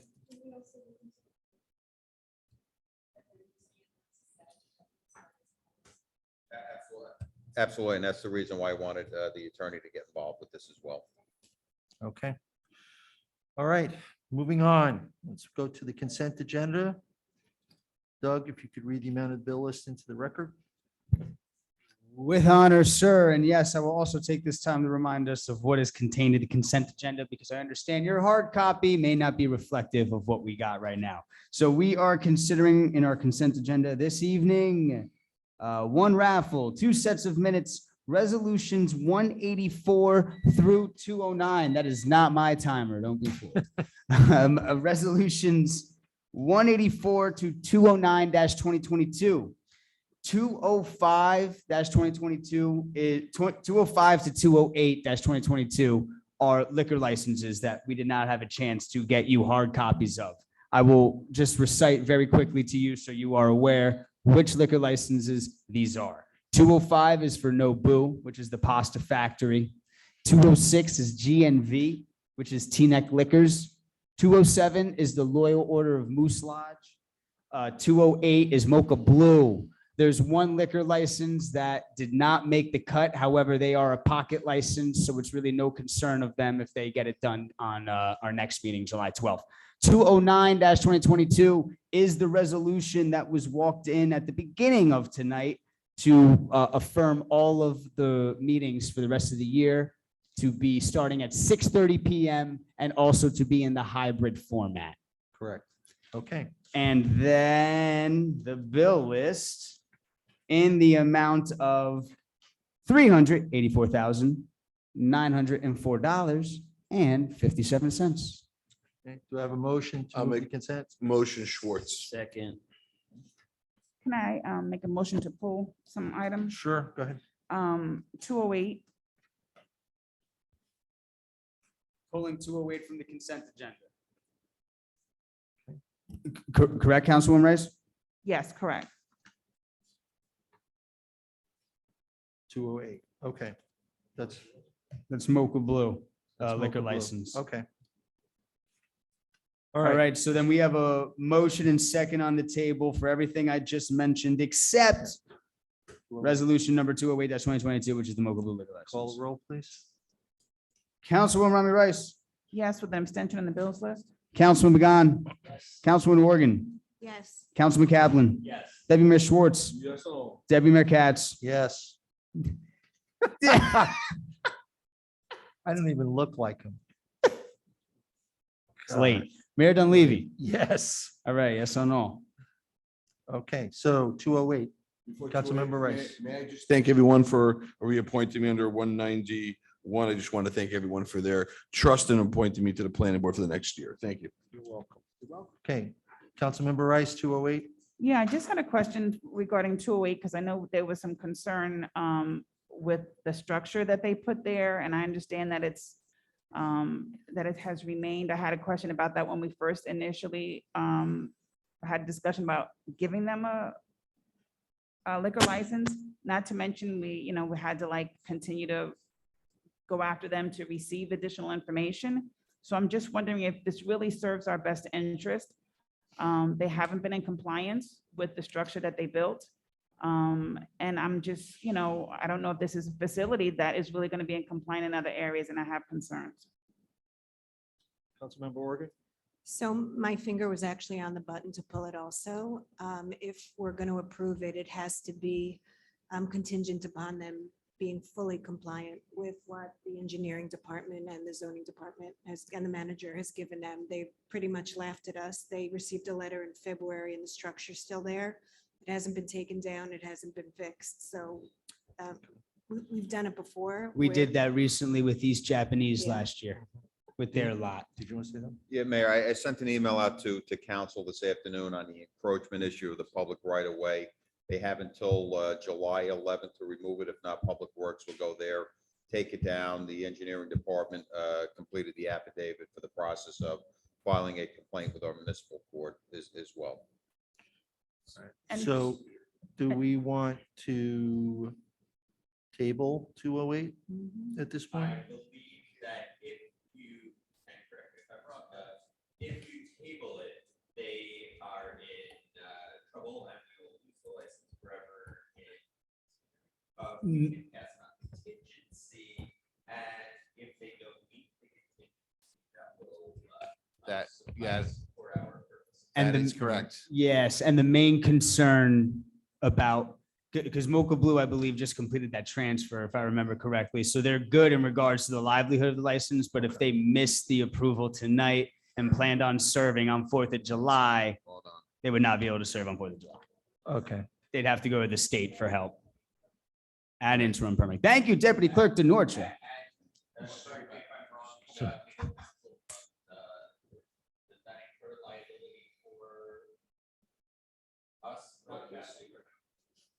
It wouldn't incur liability for us if we don't pass a license. That's up to the council whether you approve a license or don't approve it. However, if you don't have a legitimate reason, then it would be considered arbitrary and capricious. In this case, you've articulated legitimate reasons and concerns that you have. I think the best course of action, as the clerk recommended, is to do it on a contingency, Okay. include the contingency with the license approval, and then move from there. All right, Councilmember Rice, do you want to make that motion? Yes, I'd like to make a motion that we approve with a contingency plan and continue with the letter as the township manager mentioned, that we anticipate something happening by July 11th. So I know Okay. that's a lot, but that's. So we're moving to approve the liquor license with contingency. That they remove the obstruction that they've been cited for. Right, By, July 11th. just the July by deadline. July 11th. I would make it by the end of the resolution of their summons, but. I think we've given them we've already given them in writing. Okay, Council, all right. Councilman, we've all given right. them to July 11th already. Yeah. So Yeah, I so wouldn't alter that. the motion before you is to approve it with the contingency that they fix this matter by July 11th. I second that, but just as a point, we've already threatened to take it down ourselves if they don't have it down by July 11. If we have to take it down ourselves on July 11, then they've got a problem. So, we'll still take it down, Mhm. but there goes the license. Okay, We have a meeting all the right, we next have, day. we have a motion and it's been seconded. Okay, call the roll. Councilwoman Ramirez. Yes. Councilman McGahn. Councilwoman Morgan. Yes. Councilman Kaplan. Deputy Mayor Schwartz. Mayor Dunleavy. Yes, Yes, by all. okay. Introduction of ordinances. There's a few. Want to read those titles, please? Can I do it before 11:45, you think? Go, baby. Ordinance number 28-2022, amending section 36-11.2 of Division 1 of Article 2 of Chapter 36 entitled Traffic of the Township Code, adding restricted on-street parking spaces for the handicap at 659 Ogden Avenue. We have ordinance number 29-2022, amending ordinance number 1-2018 as amended to amend and update Appendix 3, fees and charges for township services of Chapter 2 of the Township Code entitled Charter Administrative Code with respect to liquor license fees. We have ordinance number 30-2022, amending section 36-11.2 of Division 1 of Article 2 of Chapter 36 entitled Traffic of the Township Code, adding restricted on-street parking spaces for the handicap at 886 Alpine Drive. We have ordinance number 31-2022, amending paragraph C1B of section 33-24 zone district requirements of Article 5 zoning of Chapter 33 development regulations of the Township Code to permit medical and dental clinics in the B1 business retail zoning district. We have ordinance number 32-2022, amending Article 2 of Chapter 4 alcoholic beverages of the Township Code, respecting the locational restrictions for the issuance of liquor licenses. Last but not least, we have ordinance number 33-2022, amending as amended by Councilman Kaplan, amending and supplementing sections 33-23 and 33-24 of Article 5 zoning ordinance of Chapter 33 development regulations of the Township Code, respecting non-conforming uses and structures and lot and building coverage limitations. Do we have a first on this introductions? First. Second. Discussion. Call a roll. Councilwoman Rami Rice. Yes, introduction. Councilman Began. Councilman Horgan. Councilman Kaplan. Deputy Mayor Schwartz. Mayor Dunleavy. Yes. Yes, by all, motion to There adjourn. being no further. Motion done. 11:42. Here we go. Thanks, guys. All right, everyone get home safe.